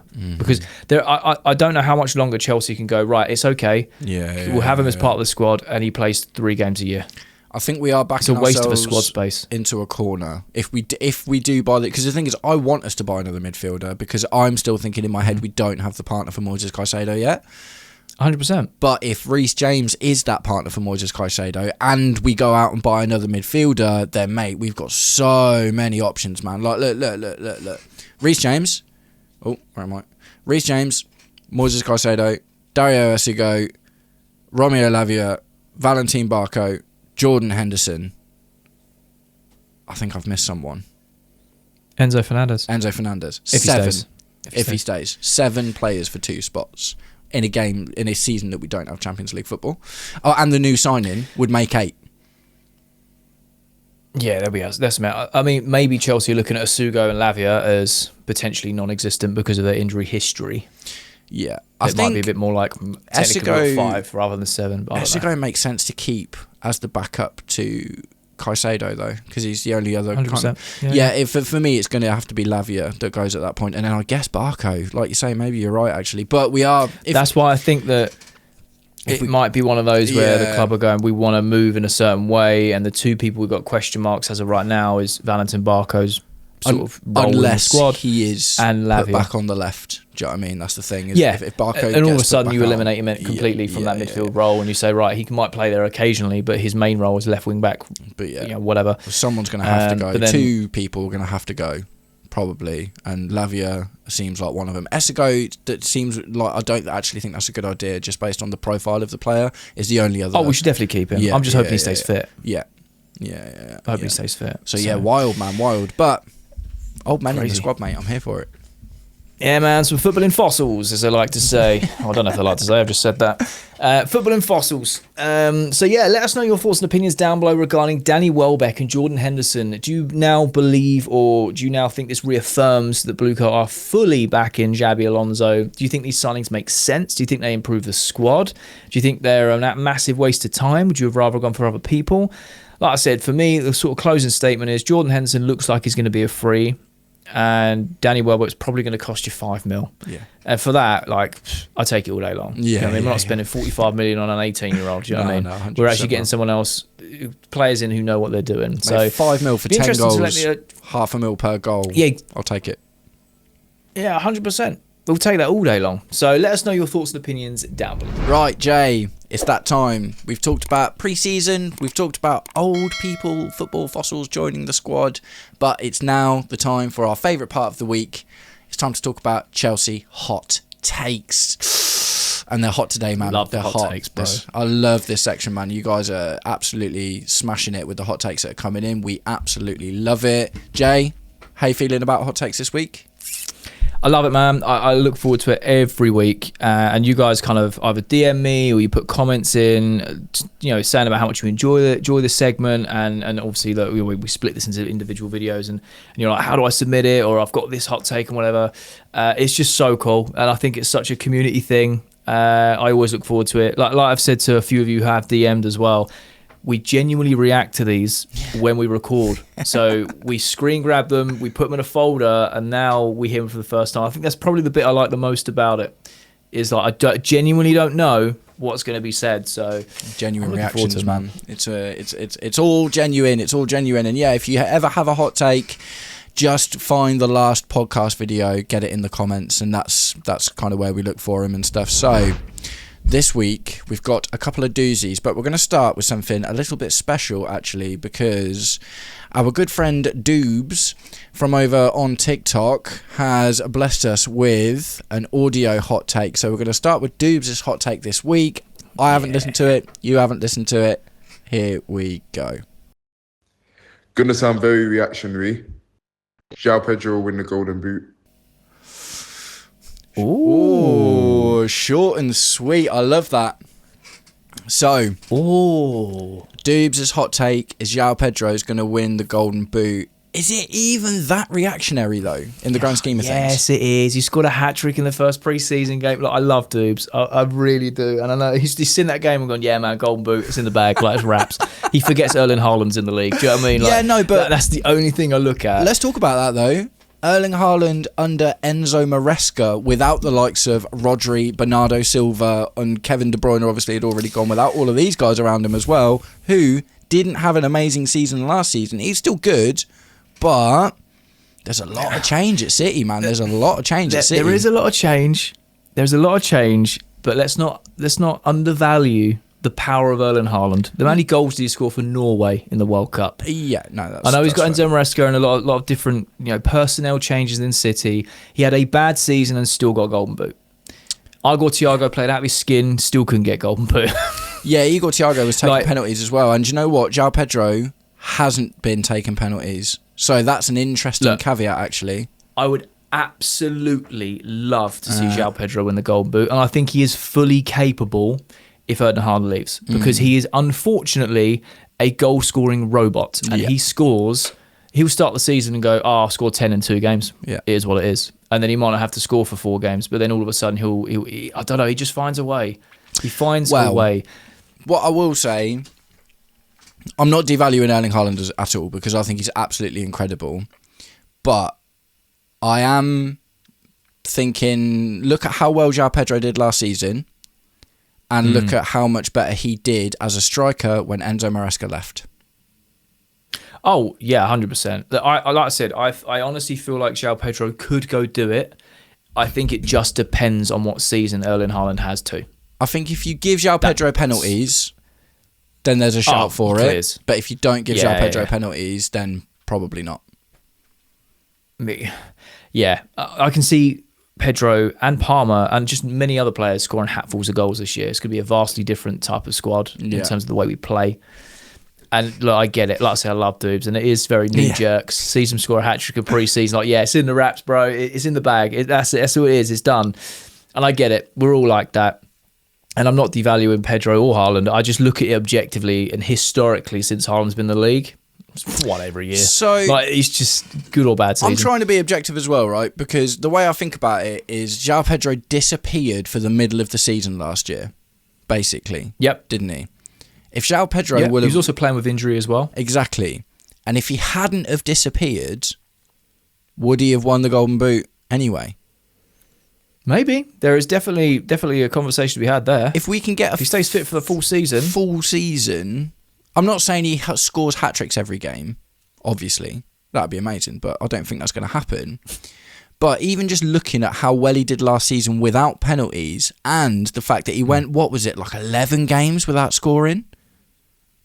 Do you know what I mean? He went a really long stretch from just it was like November to March or something, and he didn't score. Maybe not that long, but a really, really long time without scoring. And then Liam Racine, it couldn't have been March because Liam Racine came in January. So it was a couple of months last season, he went without scoring at all. He came in the Club World Cup, absolutely smashed it, then started actually getting coached by Maresca and just disappeared. And I remember, I did videos about it, my mates did videos about it, we were all talking about what's going on with João Pedro. We've got to have a serious conversation here because he's just not turning up at all. And then as soon as Enzo Maresca leaves and Liam Racine comes in, João Pedro sets on fire. So look, my question is that if João Pedro has a consistent season with a better team and a better manager, and what's going on around Erling Haaland is decreasing in value, City are going to be worse next season than they were last season. That's just true. I think that's slightly related, but slightly derailing a little bit. I think that's why the board are moving the way they're moving this summer, because they can genuinely see a pathway to go as far up the table as possible. Yeah. City are going to be different, Liverpool are going to be different. Arsenal are definitely attainable in terms of their style of play. Yeah. So, they've got to change the way they're doing that. Yeah. United now got European football, and again, they're still attainable. There is definitely a clear path in terms of this is the season we really go for it, which in turn means we have a season that we really go for on the pitch. Mm-hmm. So I honestly feel like Pedro is more than capable. I said historically, I think it's just it's down to how Erling Haaland takes to this season. Yeah. No, like I said, he had a bad season last year and still got Golden Boot. I do agree with you. I think the disrespect towards Haaland is actually ridiculous when he literally is. I'm not. Is he entertaining? Is he fun?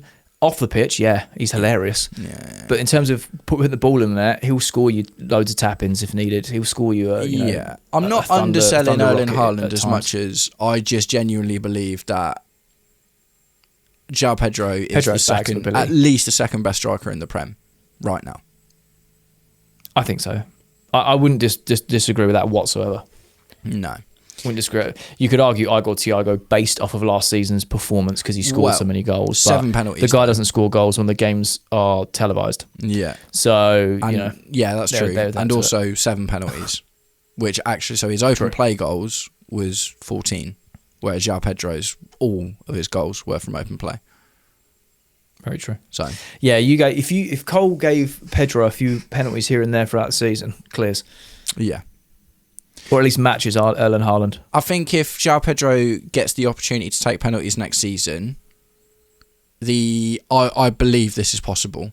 I think if you don't give João Pedro penalties, then I think it's unlikely because Erling Haaland will get penalties. Unless we see a Drogba-Rooney race to the Golden Boot like we did when we won the league under Ancelotti, where it goes down to the last day and be interesting, Pedro scores a hat-trick and overtakes. Do you know what I mean? It could be one of those seasons. Do you know what I mean? I'd be all over that. And like I said, I think João Pedro's got bags of ability and he's a complete forward, scores all types of goals. I just think Haaland's such a robot and his job is just simple, put the ball in net, and he just does it efficiently. Yeah, even Erling Haaland though, the thing is, he won the Golden Boot with what for him was quite a low tally, and strikers in general in the Premier League, if Arsenal won the league and Gyökeres scored 12 goals or whatever it was in the league, probably more than that, but not much. Strikers weren't banging him away last season in general. But I'm not even I'm defending Dubes here. I don't even just think it's the recency bias of the hat trick. I'm genuinely trying to look at João Pedro's time at Chelsea and seeing that. I think that he's easily the second behind Haaland at the moment. If we give him penalties, then I think it's possible. That's where I'm at. I rate the hot take, Dubes. I rate it. Yeah, I like it. Yeah. Look, I'll back it. He's a Chelsea player. Of course I want him to win. I want us to win everything. I'm just sitting there going, well, I think Erling Haaland sometimes gets overlooked because on a poor season for him, he still bags a golden boot. And I just think, yes, there's a lot of change. Only time will tell. And I suppose that's why it's a hot take. But I'm going to back my boy. All right, I'll go with it. Pedro gets golden boot this season. I'm locking that in. Why not? Let's add a sprinkle of delusion and optimism. Yeah, love it, mate. I'll go with that. Love it. Well, nice one, Doobs. João Pedro winning the golden boot. We're both here for it. I don't think it's the spiciest take. I think it's a nuanced argument to have about Erling Haaland for sure, but I don't think it's crazy. Next up, we're going to move on to hot takes that have come in through the comments, and the first one is from Logan Gregory 9832, and we're sticking with João Pedro. Logan says, hot take: if João Pedro were to stay at Chelsea for the rest of his career, he could grow to become the greatest striker Chelsea have ever had. Oh, ever had. I love it. He scored a hat-trick in pre-season against Newcastle Wanderers. And everyone's like, everyone's like, Didier who? Nah, João Pedro, mate. Like, do you know what I mean? What's going on here? I mean, I suppose that's what makes it a hot take. There's a lot of factors here. For him to be considered Chelsea's best ever forward, he'd have to score the most goals. Yep. He'd have to win more trophies, in my opinion, because then you could hit it from every metric. He needs 4 Premier Leagues and a Champions League to be considered. And what, 185 goals? Yeah. To be considered. At least. So he'd have to score like 200 goals. And to be fair, he's a tenth of the way there. So he'd need to have 5 or 6 seasons where he scores like 30 goals a season. It's a big ask. It's a big shout. I mean, look, we can always, if you was to take away from the metrics of honours, there's always arguments of who's the best midfielder. Is it Lampard, Gerrard, or Scholes? It's never just specifically honours. It's then attributes. Yeah. So you've got that take of it as well.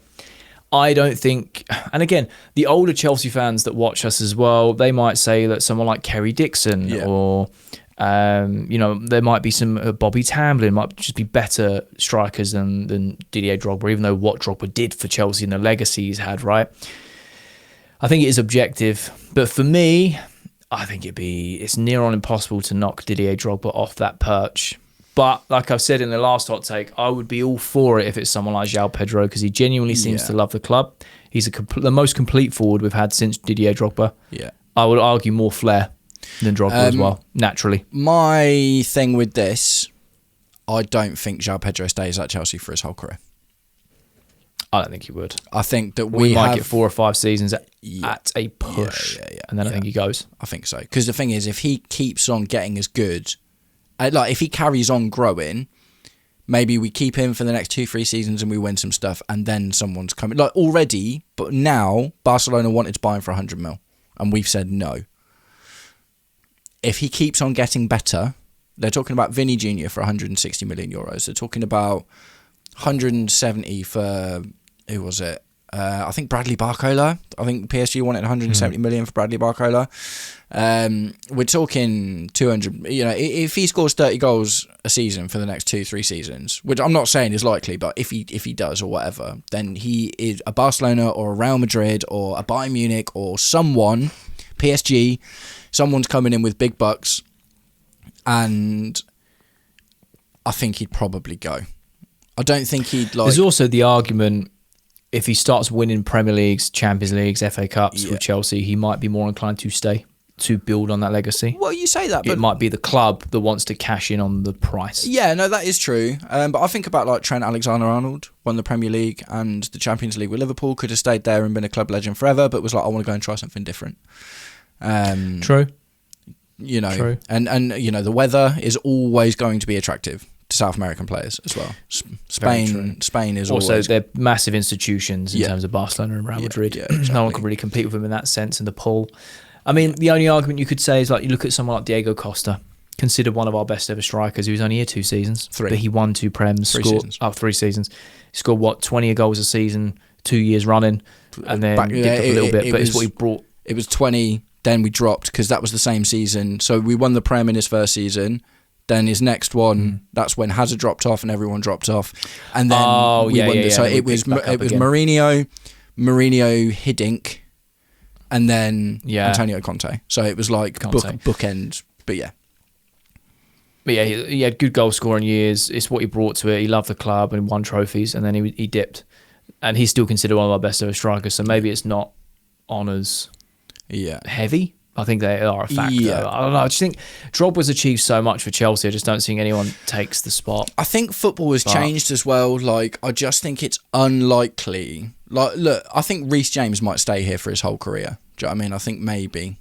I think that if something like that is going to happen, but I think football has just changed so much that players rarely stay.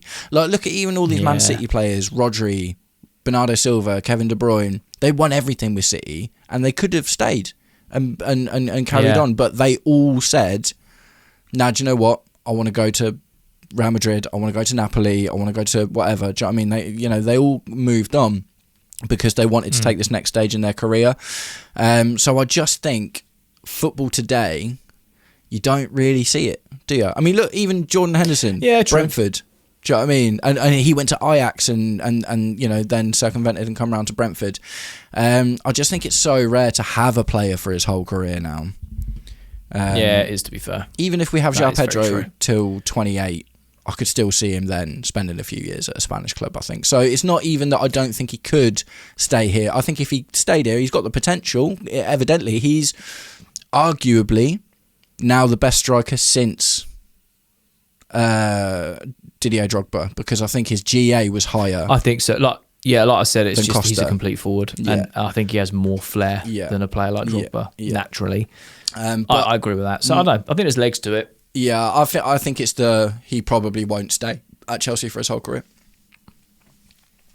I'll back that. That's fair. Thank you, Logan. Very interesting one. Definitely cause for debate there, 100%. So I'm going to move on to our mate Tim. Tim, who has been... we'll have a bit of Tim. Tim's been a G recently, man, an absolute G, and he has been... because he's Australian, he lives over in Australia, and he's been keeping us up to date with the training camps, and he went to the game, and obviously Jay's talked about it quite a lot already. He sent over footage, and he's given us like what's going on there, the atmosphere and the vibe and stuff. So Tim, we love you, bro. You're an absolute hero. Thanks so much for contributing and just keeping us, hooked in with what's actually going on. And it looks like you're having a really good time watching it all in person as well, which is awesome. Yeah, man. So just genuinely happy for him to experience it and have a great time, man. Yeah. He's buzzing. And we get the second-hand experience, and that's cool, man. That's cool. I know, it's great. I love it. Yeah. So Tim has left us a reasonably lengthy hot take, but we're gonna go through it. I like it when there's a bit of detail as well. So Tim said, "I actually don't think this is a hot take, and 100% agree with it. I will add some chili sauce to it to make it hotter. Ooh. Roman Abramovich was a great owner, but he was a guy who found success by outspending everyone else. When other wealthy owners came in, PSR and the big TV rights deal landed, other teams closed the gap with Chelsea, and the second half of his ownership was a gradual and progressive decline. The Champions League win papered over how bad it was. When Bluco took over, they'd lost two starting centre-backs. Reece and Chilwell were playing on one leg, and the double pivot of J5 and... J5? Jorginho. Jorginho and Kante were in the last year of their deals in their mid-30s. We were saddled with a litany of terrible... Oh, litany, love that. A litany of terrible transfers on high wages, and they had to deal with the fallout of the Lukaku deal. Everyone blames Bluco for that first year where we finished 12th, but the fall-off was inevitable, and the team was sold 12 months later. The entire narrative would be different. What we saw under the first season of Bluco was 90% of what Marina and Roman had left. Bluco have of course made plenty of mistakes, however they were left an absolute mess and had to completely rebuild." Oh, you go first, man. I've got thoughts though.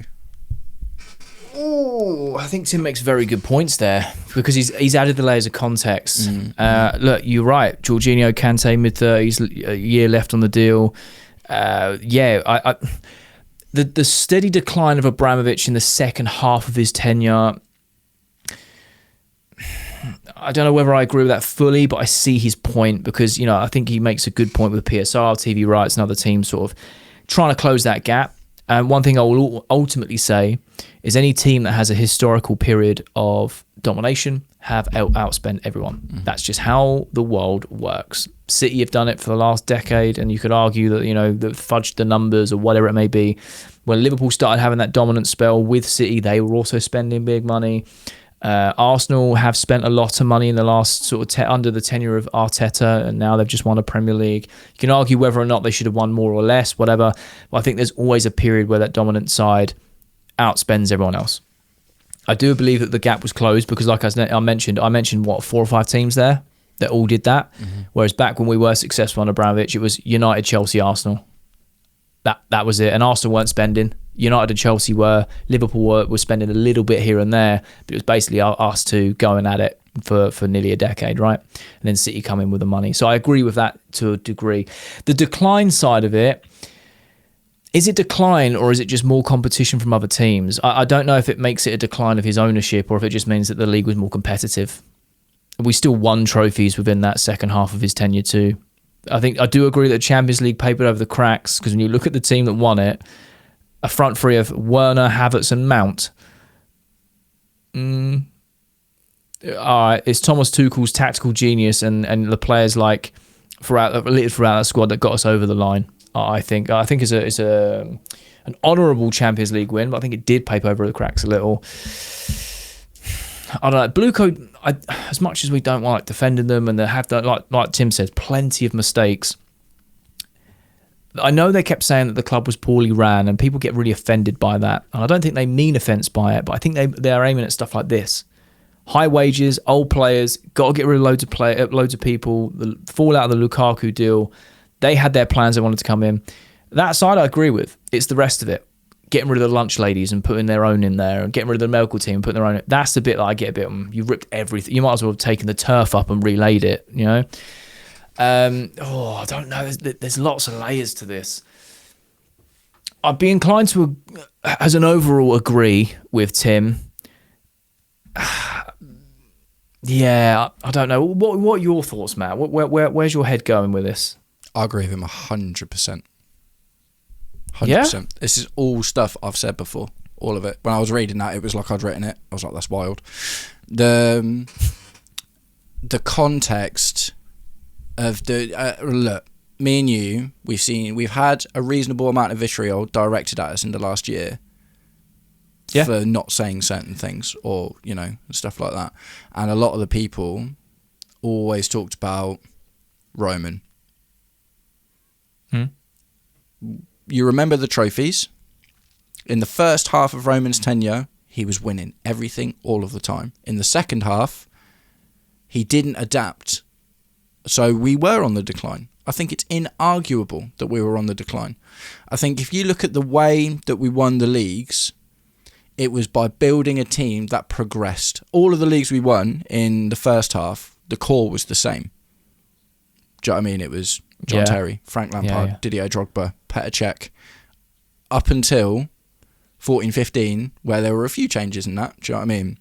But in that first half, we built one team and built on that team to win all of those titles up until the 2012 Champions League.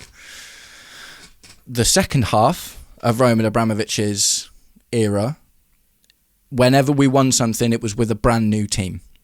Rebuild after rebuild after rebuild, all of the time. Yeah, that's very true. New managers, new ideas, constantly rebuilding. We weren't consistently building on something, and we kept. So you think about even Mourinho's second stint, right? Mourinho's second stint came in, built his team, won the league. Then you get the hangover, and the hangover was too much, and we dropped. And that's the season where we were absolutely terrible. Hazard scored 6 goals, and we finished 10th. Season after that, bring in Conte, build him a team, win the league, drop completely, straight away. No more building on top of that. We failed to capitalise, for the most part, on the second era. So all of those trophies we won in the first era were basically with the same team. And then all the trophies we won, I say all of the trophies, the 3 big trophies, 4 big trophies, two Premier Leagues and a Champions League that we won after that, it was Eden Hazard was kind of the linchpin. Do you know what I mean?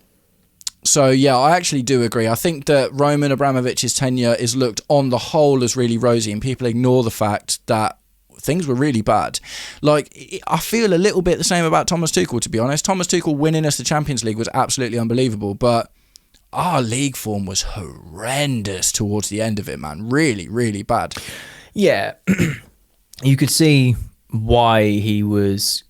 like how he was moved on, and again, it's all the PR of he didn't want to do the extra work in terms of he didn't want to be a director, and he didn't get on with the owners. Yeah, cool. That might have been like the bit that tipped it over the edge, but you look at the league form that led up to that, like 5-6 months before it weren't great. No, awful. And it was declining. Yeah, and we couldn't pick up. And yeah, we won. I think that's why I agree that the Champions League papered over the cracks that second time, because you don't win a Champions League with Havertz as your number 9. Werner and Mount, and the thing is, you just don't. You shouldn't have to. In that second half, like, you know, you talked about the money and stuff, like, fair enough, but in that second half of the Roman Abramovich era, look at the teams that were winning. Liverpool and Man City had a bar Leicester that was a one-off magical unicorn season. Man City, Liverpool, even when Tottenham were up there trying to have a go at it, they built projects that built on teams, that gave the manager trust and time. They gave Klopp trust and time. They gave Pep Guardiola didn't really do well for his first season or two before he started winning, and then once he started winning, he didn't stop. That first season he finished 4th. Yeah. Then he went on to win everything. Yeah. But the money thing, we still spent more than City did, by far. Do you know what I mean? And of course. We didn't adapt. I think you are right in terms of the projects. Yeah. That's something Chelsea have never really had. Well, yeah, exactly. And every time we've tried it, it's gone badly, essentially. Like, Lampard was supposed to be a project, but Roman wasn't willing to give him the time. Lampard could have built on that project if he'd have been trusted and he'd have been backed, but Roman was so trigger happy and he needed that success now that probably cost us success. Like Ancelotti getting sacked in the tunnel, that was an example of it. Do you know what I mean? Yeah, it's really So I think if you look at all of the teams that have done well, for the most part, in the last 10 years or whatever, or the back end of Roman Abramovich's tenure, they were managers. Arteta is another example of this. Arteta took a long time to build up to it. You can't. So and this kind of is what I'm saying about Tim's point here. When Roman Abramovich came in, we were able to outspend everyone. So the project didn't matter because you could just buy better players than everyone else. And then when everything changed, all of a sudden other teams were able to start doing that. And then what developed is projects. And Roman Abramovich didn't change. Didn't adapt to that. He just kept on going. This manager didn't win me anything, so he's sacked. These players haven't won anything in 2 seasons, so we're going to sell them on and get rid of them and whatever, and then we'll just fill the team. And we didn't give the team any time to breathe and evolve and develop. So yeah, I actually, like I say, man, I really agree with Tim here. I think if you look, and this isn't discounting the mistakes that Blueco have made. Absolutely not. It isn't, because they. I don't think anything could discount the mistakes that they've made. 10th and 12th in 4 years is awful. That's terrible. Do you know what I mean? That's really, really, really bad. And the we've talked about it in this pod already. Like, the flaws in their model have been laid bare, and it's lack of experience, and it's managers that don't know what they're doing. It's giving all of the control to sporting directors. Like, we've seen all of those, and things now look like they're building, right? But until last season, Blueco were steadily increasing. 12th, 6th, 4th, okay? And the first time that things have gone backwards, they've made massive changes. It's not as reactionary as Roman was. So, look, I love Roman Abramovich because he's the only football owner in the world that was a football fan first, that was able to. And I think that's why people love him so much, because he genuinely loved the club. And I mentioned this before a while about the loan network he set up, and all the players we never saw play for Chelsea when we had 600 of them on loan every year. Those are the things that were overlooked because we were winning on the pitch. We were winning so consistently that no one cared that Van Ginkel didn't play ball. Marco Van Ginkel. Sending him to we sent him to Vanessa for or whatever, Vietnamese or wherever it is, for 6 years. Do you know what I mean? No one cared because we won a Prem. I agree with that side. It makes a lot of sense. We didn't adapt to the project. When you mentioned that, I'm like, you're actually right. That is me back in Tim's comment about it being a steady decline. Because it was a steady decline. And when we weren't winning stuff, we were declining. So that was it. We were either on a downward spiral or we won. It was like, yeah, there was no no in between. It was like these spikes, wasn't it? Of success and nothing. Exactly. I hear that. I think that's a really balanced, nuanced take that I think that I haven't seen the likes of so much in comment sections over the last 12 months about, pertaining to Blueco. And it's something I've talked about a little bit as well. And it's not about defending Blueco. It's about realising that the rot started before Blueco got there. Because the thing is, it got really complicated, man. I think it was the last 6 years before the sanctions, Roman Abramovich wasn't allowed to live in the UK. He was living in Portugal. So he kind of handed off the running of the club to Marina Granovskaya and Petr Cech because he was just like, the UK are not letting me in. So I'm just starting to be done with this. Do you know what I mean? And we were hearing even less and less over time from Roman Abramovich anyway. And I imagine that fed into the decline because he wasn't as personally invested because he couldn't be there. He used to come to games all the time.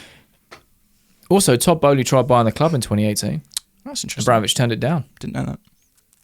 He came to Abramovich, said, how much? And Abramovich said, I'm not selling. Yeah, fair.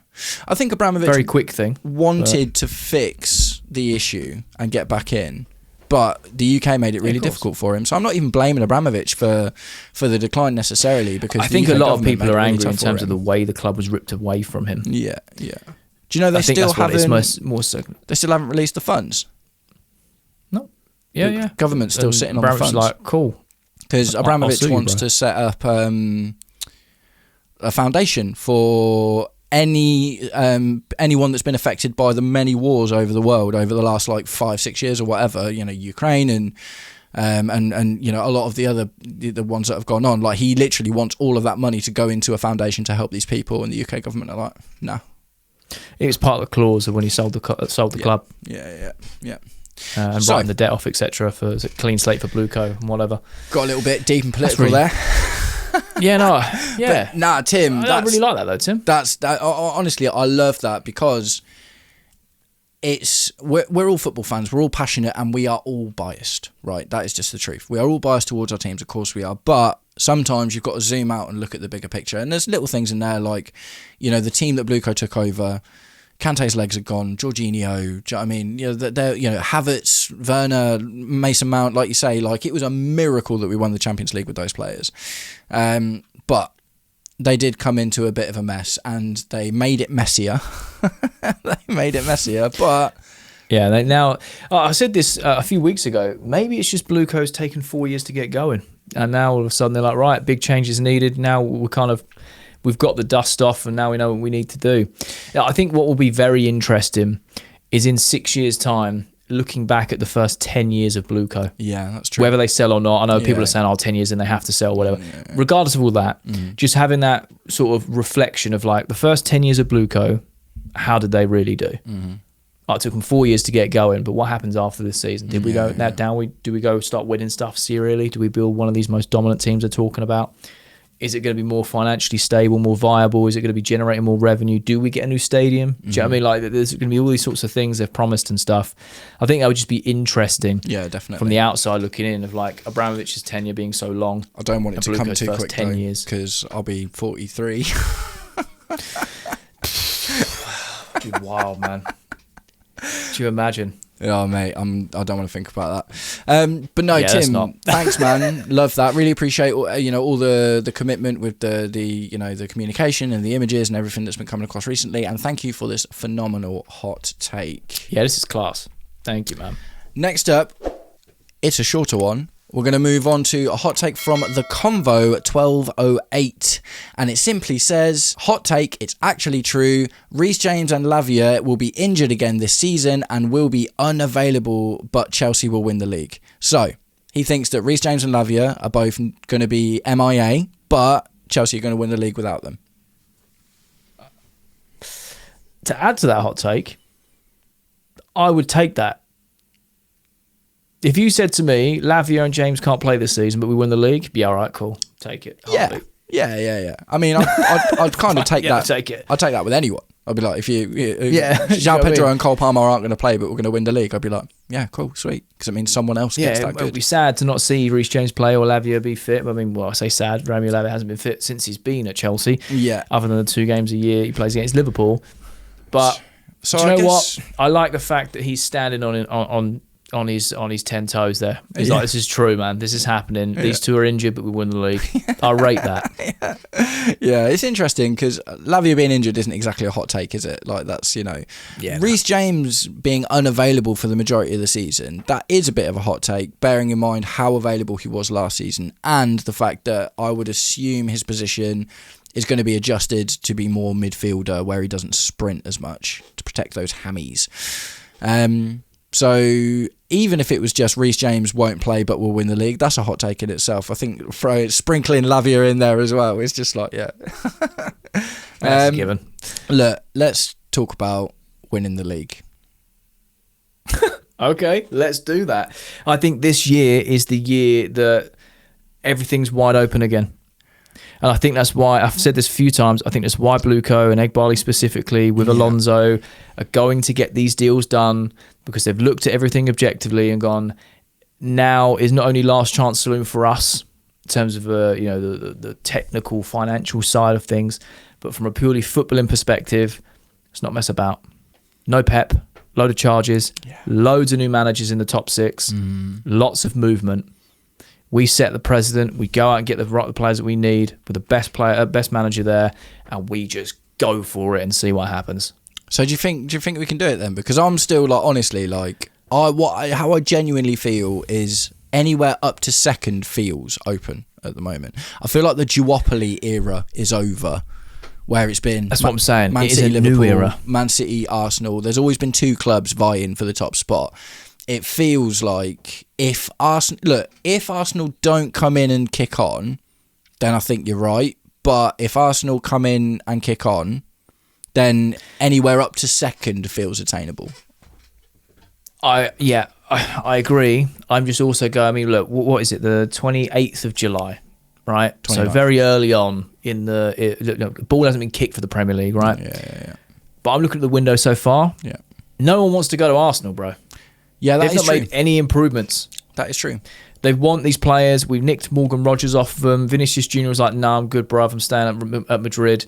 They've signed some Greek kid. Still not signed. They're not doing what. And again, it's early in the window. They might change this. And I think it will have a result on their Premier League season, because they need to kick on, because this is a perfect opportunity for them with stability and just winning the league to go and have a dominant era until there is a competitor.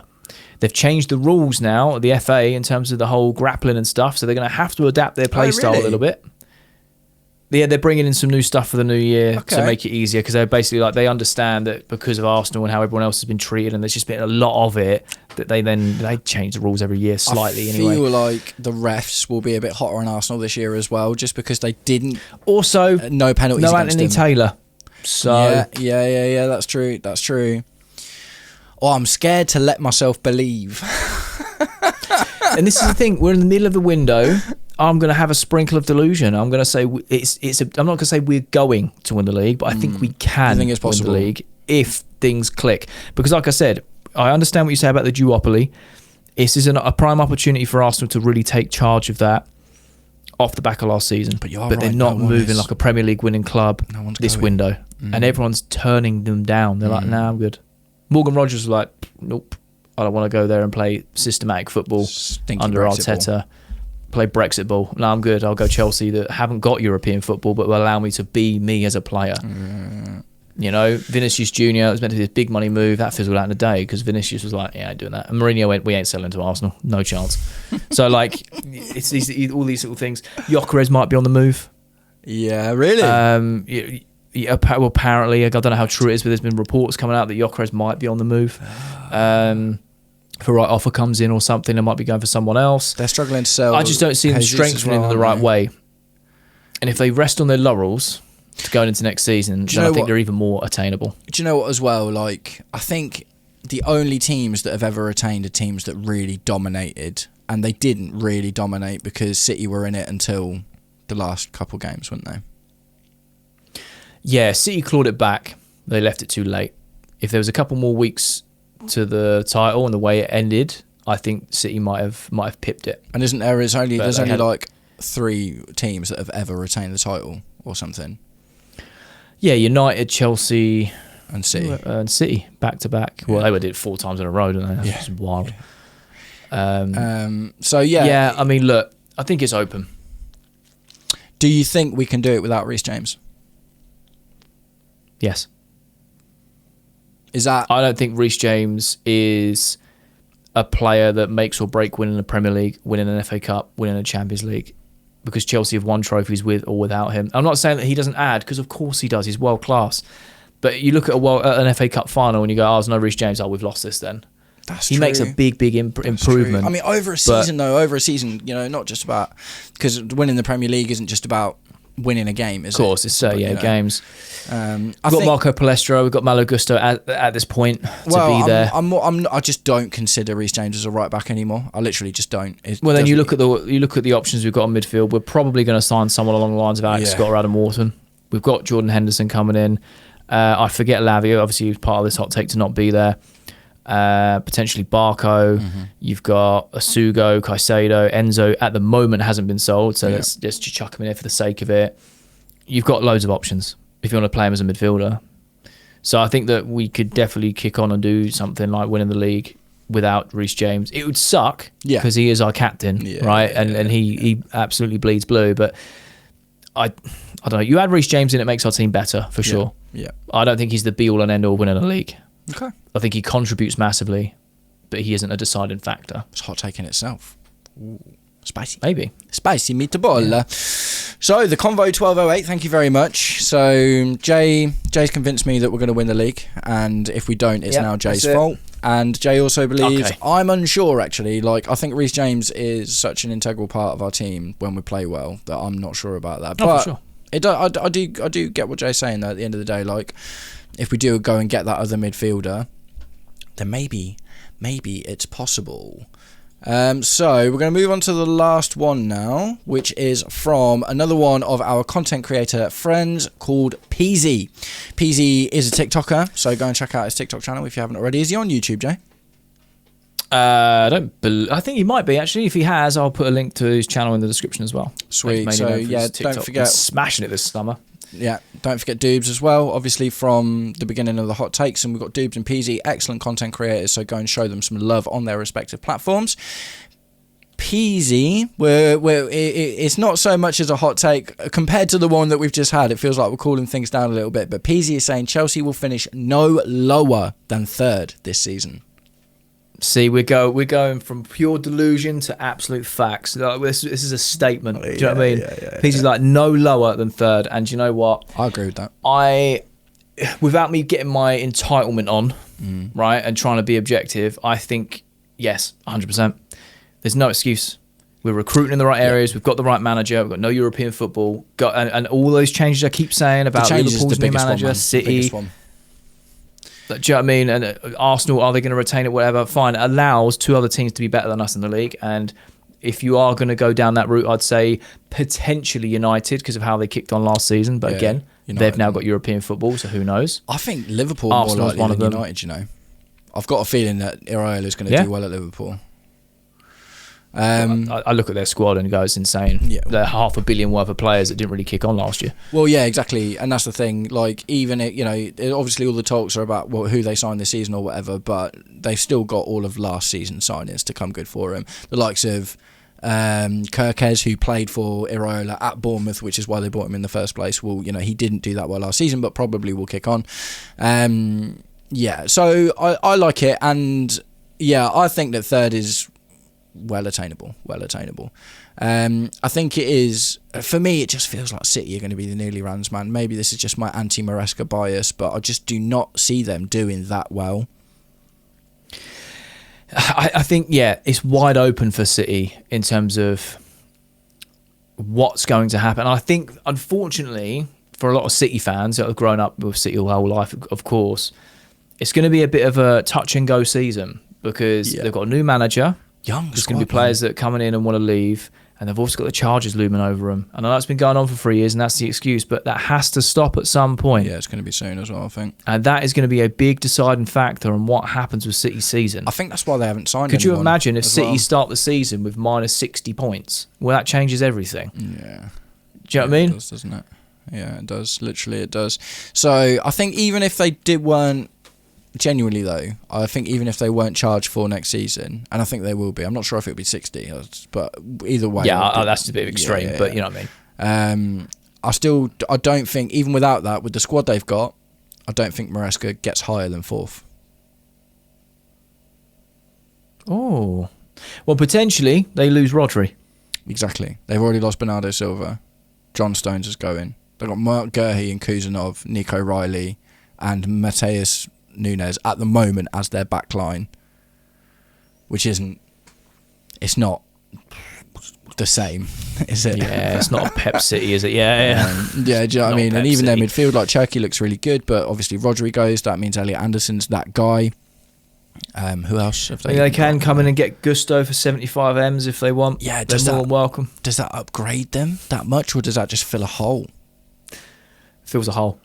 So, you know, and Doku and Phil Foden. Phil Foden's just signed a new deal. Erling Haaland is their only elite player now, I think.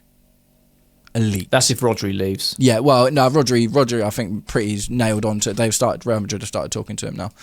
I think that's pretty nailed on. I think Barcelona were interested, but I think that's what I'm saying. If he stays at City, they're your two players there. It's Rodri and Haaland. But if Rodri goes, yeah, you're looking at trying to just put everything on Haaland. And look, they've got Doku who's played well, and they've got a handful of players. I mean, you still got... I was going to say Grealish. I didn't mean him. Phil Foden, potentially, but he will really need to step up. Really on and off, though, for the last couple of years. He's either the best player in the league or just kind of disappears, doesn't he?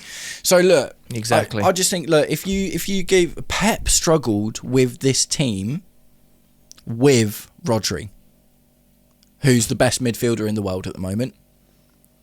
Won the Ballon d'Or, won the Euros, won the World Cup, won 1 million Premier Leagues, won the Champions League. Like, Rodri's literally the best midfielder in the world. And Pep struggled last season with that team. So you massively downgrade with Maresca. You're massively relying on Haaland. And no, that's not even untrue, man. That's not even untrue. No one is telling me anywhere. I'm not disagreeing with that. It just makes me laugh being said out loud because it is true. It is true. But yeah, so yeah, I'm not. For me, it's Arsenal, Liverpool, United, Chelsea. At your top 4 prediction. Yeah, not in that order. I mean, fighting for honours, essentially, I think. Man United... I'll take that. Is going to be... They've obviously big midfield revamp. Champions League football. And it's not even just about Champions League football. Manchester United got knocked out of everything so early last season. Do you know what I mean? They literally spent... You know, it's not even just about not being in the Champions League. They just weren't in anything for ages. So, you know, Michael Carrick's got that to navigate. That's why I feel like it could be a bit more of a turbulent season for him. Just more competitions in general. Yeah. They're not going to look to go out in the second round of the League Cup to Grimsby again. You know what I mean? They're just not going to look to do that now with all the money invested and Carrick being there. And, you know, and that's obviously the thing. Amorim was there for so long waiting to be sacked that it was really detrimental to their season. So I think Carrick coming in with a fresh whole season, new players, more comps. I think top 4 makes sense, but they finished 3rd last year because it was so limited, which is why I'm using those as the blueprint for Alonso's Chelsea with no European football. Mm-hmm. Yes, you're still in the domestic cups, but give him the players he wants, an elite manager, no European distractions. How far up that table can you get? And I think Peasy's spot on. No low on the 3rd. Yeah. No, I think lower than 3rd. I think that's fair. I think we've got that's the thing is every team now, apart from Arsenal, will be thinking the same thing. Do you know what I mean? Everyone is going to be, even your likes of like Sunderland and Brentford, do you know what I mean? Because they finished really high last season and they're all maybe thinking, you know, Sunderland were in 4th for like a good month or so at the back end. They were second. Yeah. They were second for like 3 or 4 weeks. So, you know, not you know, I think that the top 10 are all going to be thinking they can get Champions League football next season. And more than that, because Tottenham will be thinking that they can get something as well.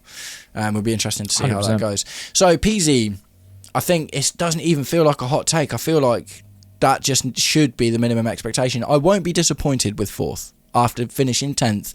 Xabi Alonso's first season in charge, new squad. If we finish 4th, I won't be disappointed. I won't be buzzing, but I'll be like, okay, cool. Champions League, hopefully a domestic trophy. It's an improvement. Let's kick I was about on. to say, for me, and this is me being entitled, I want a trophy next year. Yeah.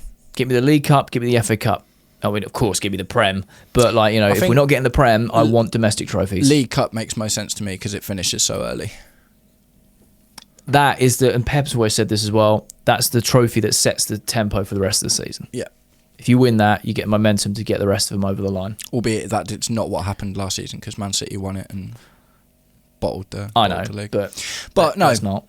I think get the League Cup, have a cursory go at the FA Cup, but if the league is in a jeopardous position, then focus on the league. Do you know what I mean? But we got to 2 FA Cup finals under Blueco with very turbulent squads. It's true. I don't think we're that far away for actually getting over the line. No. Personally. No. I think with a manager like Alonso, it's more and better players, it's doable. But So hey, I like that. Appreciate that, Pete. Yeah, nice one, PZ. Thanks to everyone today for all of your hot takes. Thank you, Logan, Tim, Convo, PZ, and Doobs for your input. It's always fun to have these kind of chats. And yeah, I guess that's just kind of it, man. Jay, have you got any hot takes off the top of your head just before we wrap up? Oh, hot take off the top of my head. Chelsea sell Enzo Fernandez for lower than 120 million in the last week of the window, and we still go buy Adam Wharton. It's more of a prediction than a hot take, but I think that Chelsea sell Enzo for a reduced price. I don't think we get 120. I really don't. No. I think there'll be someone come in the last week and we just go, do you know what? Get him on his way because we've got Wharton coming in. Fair.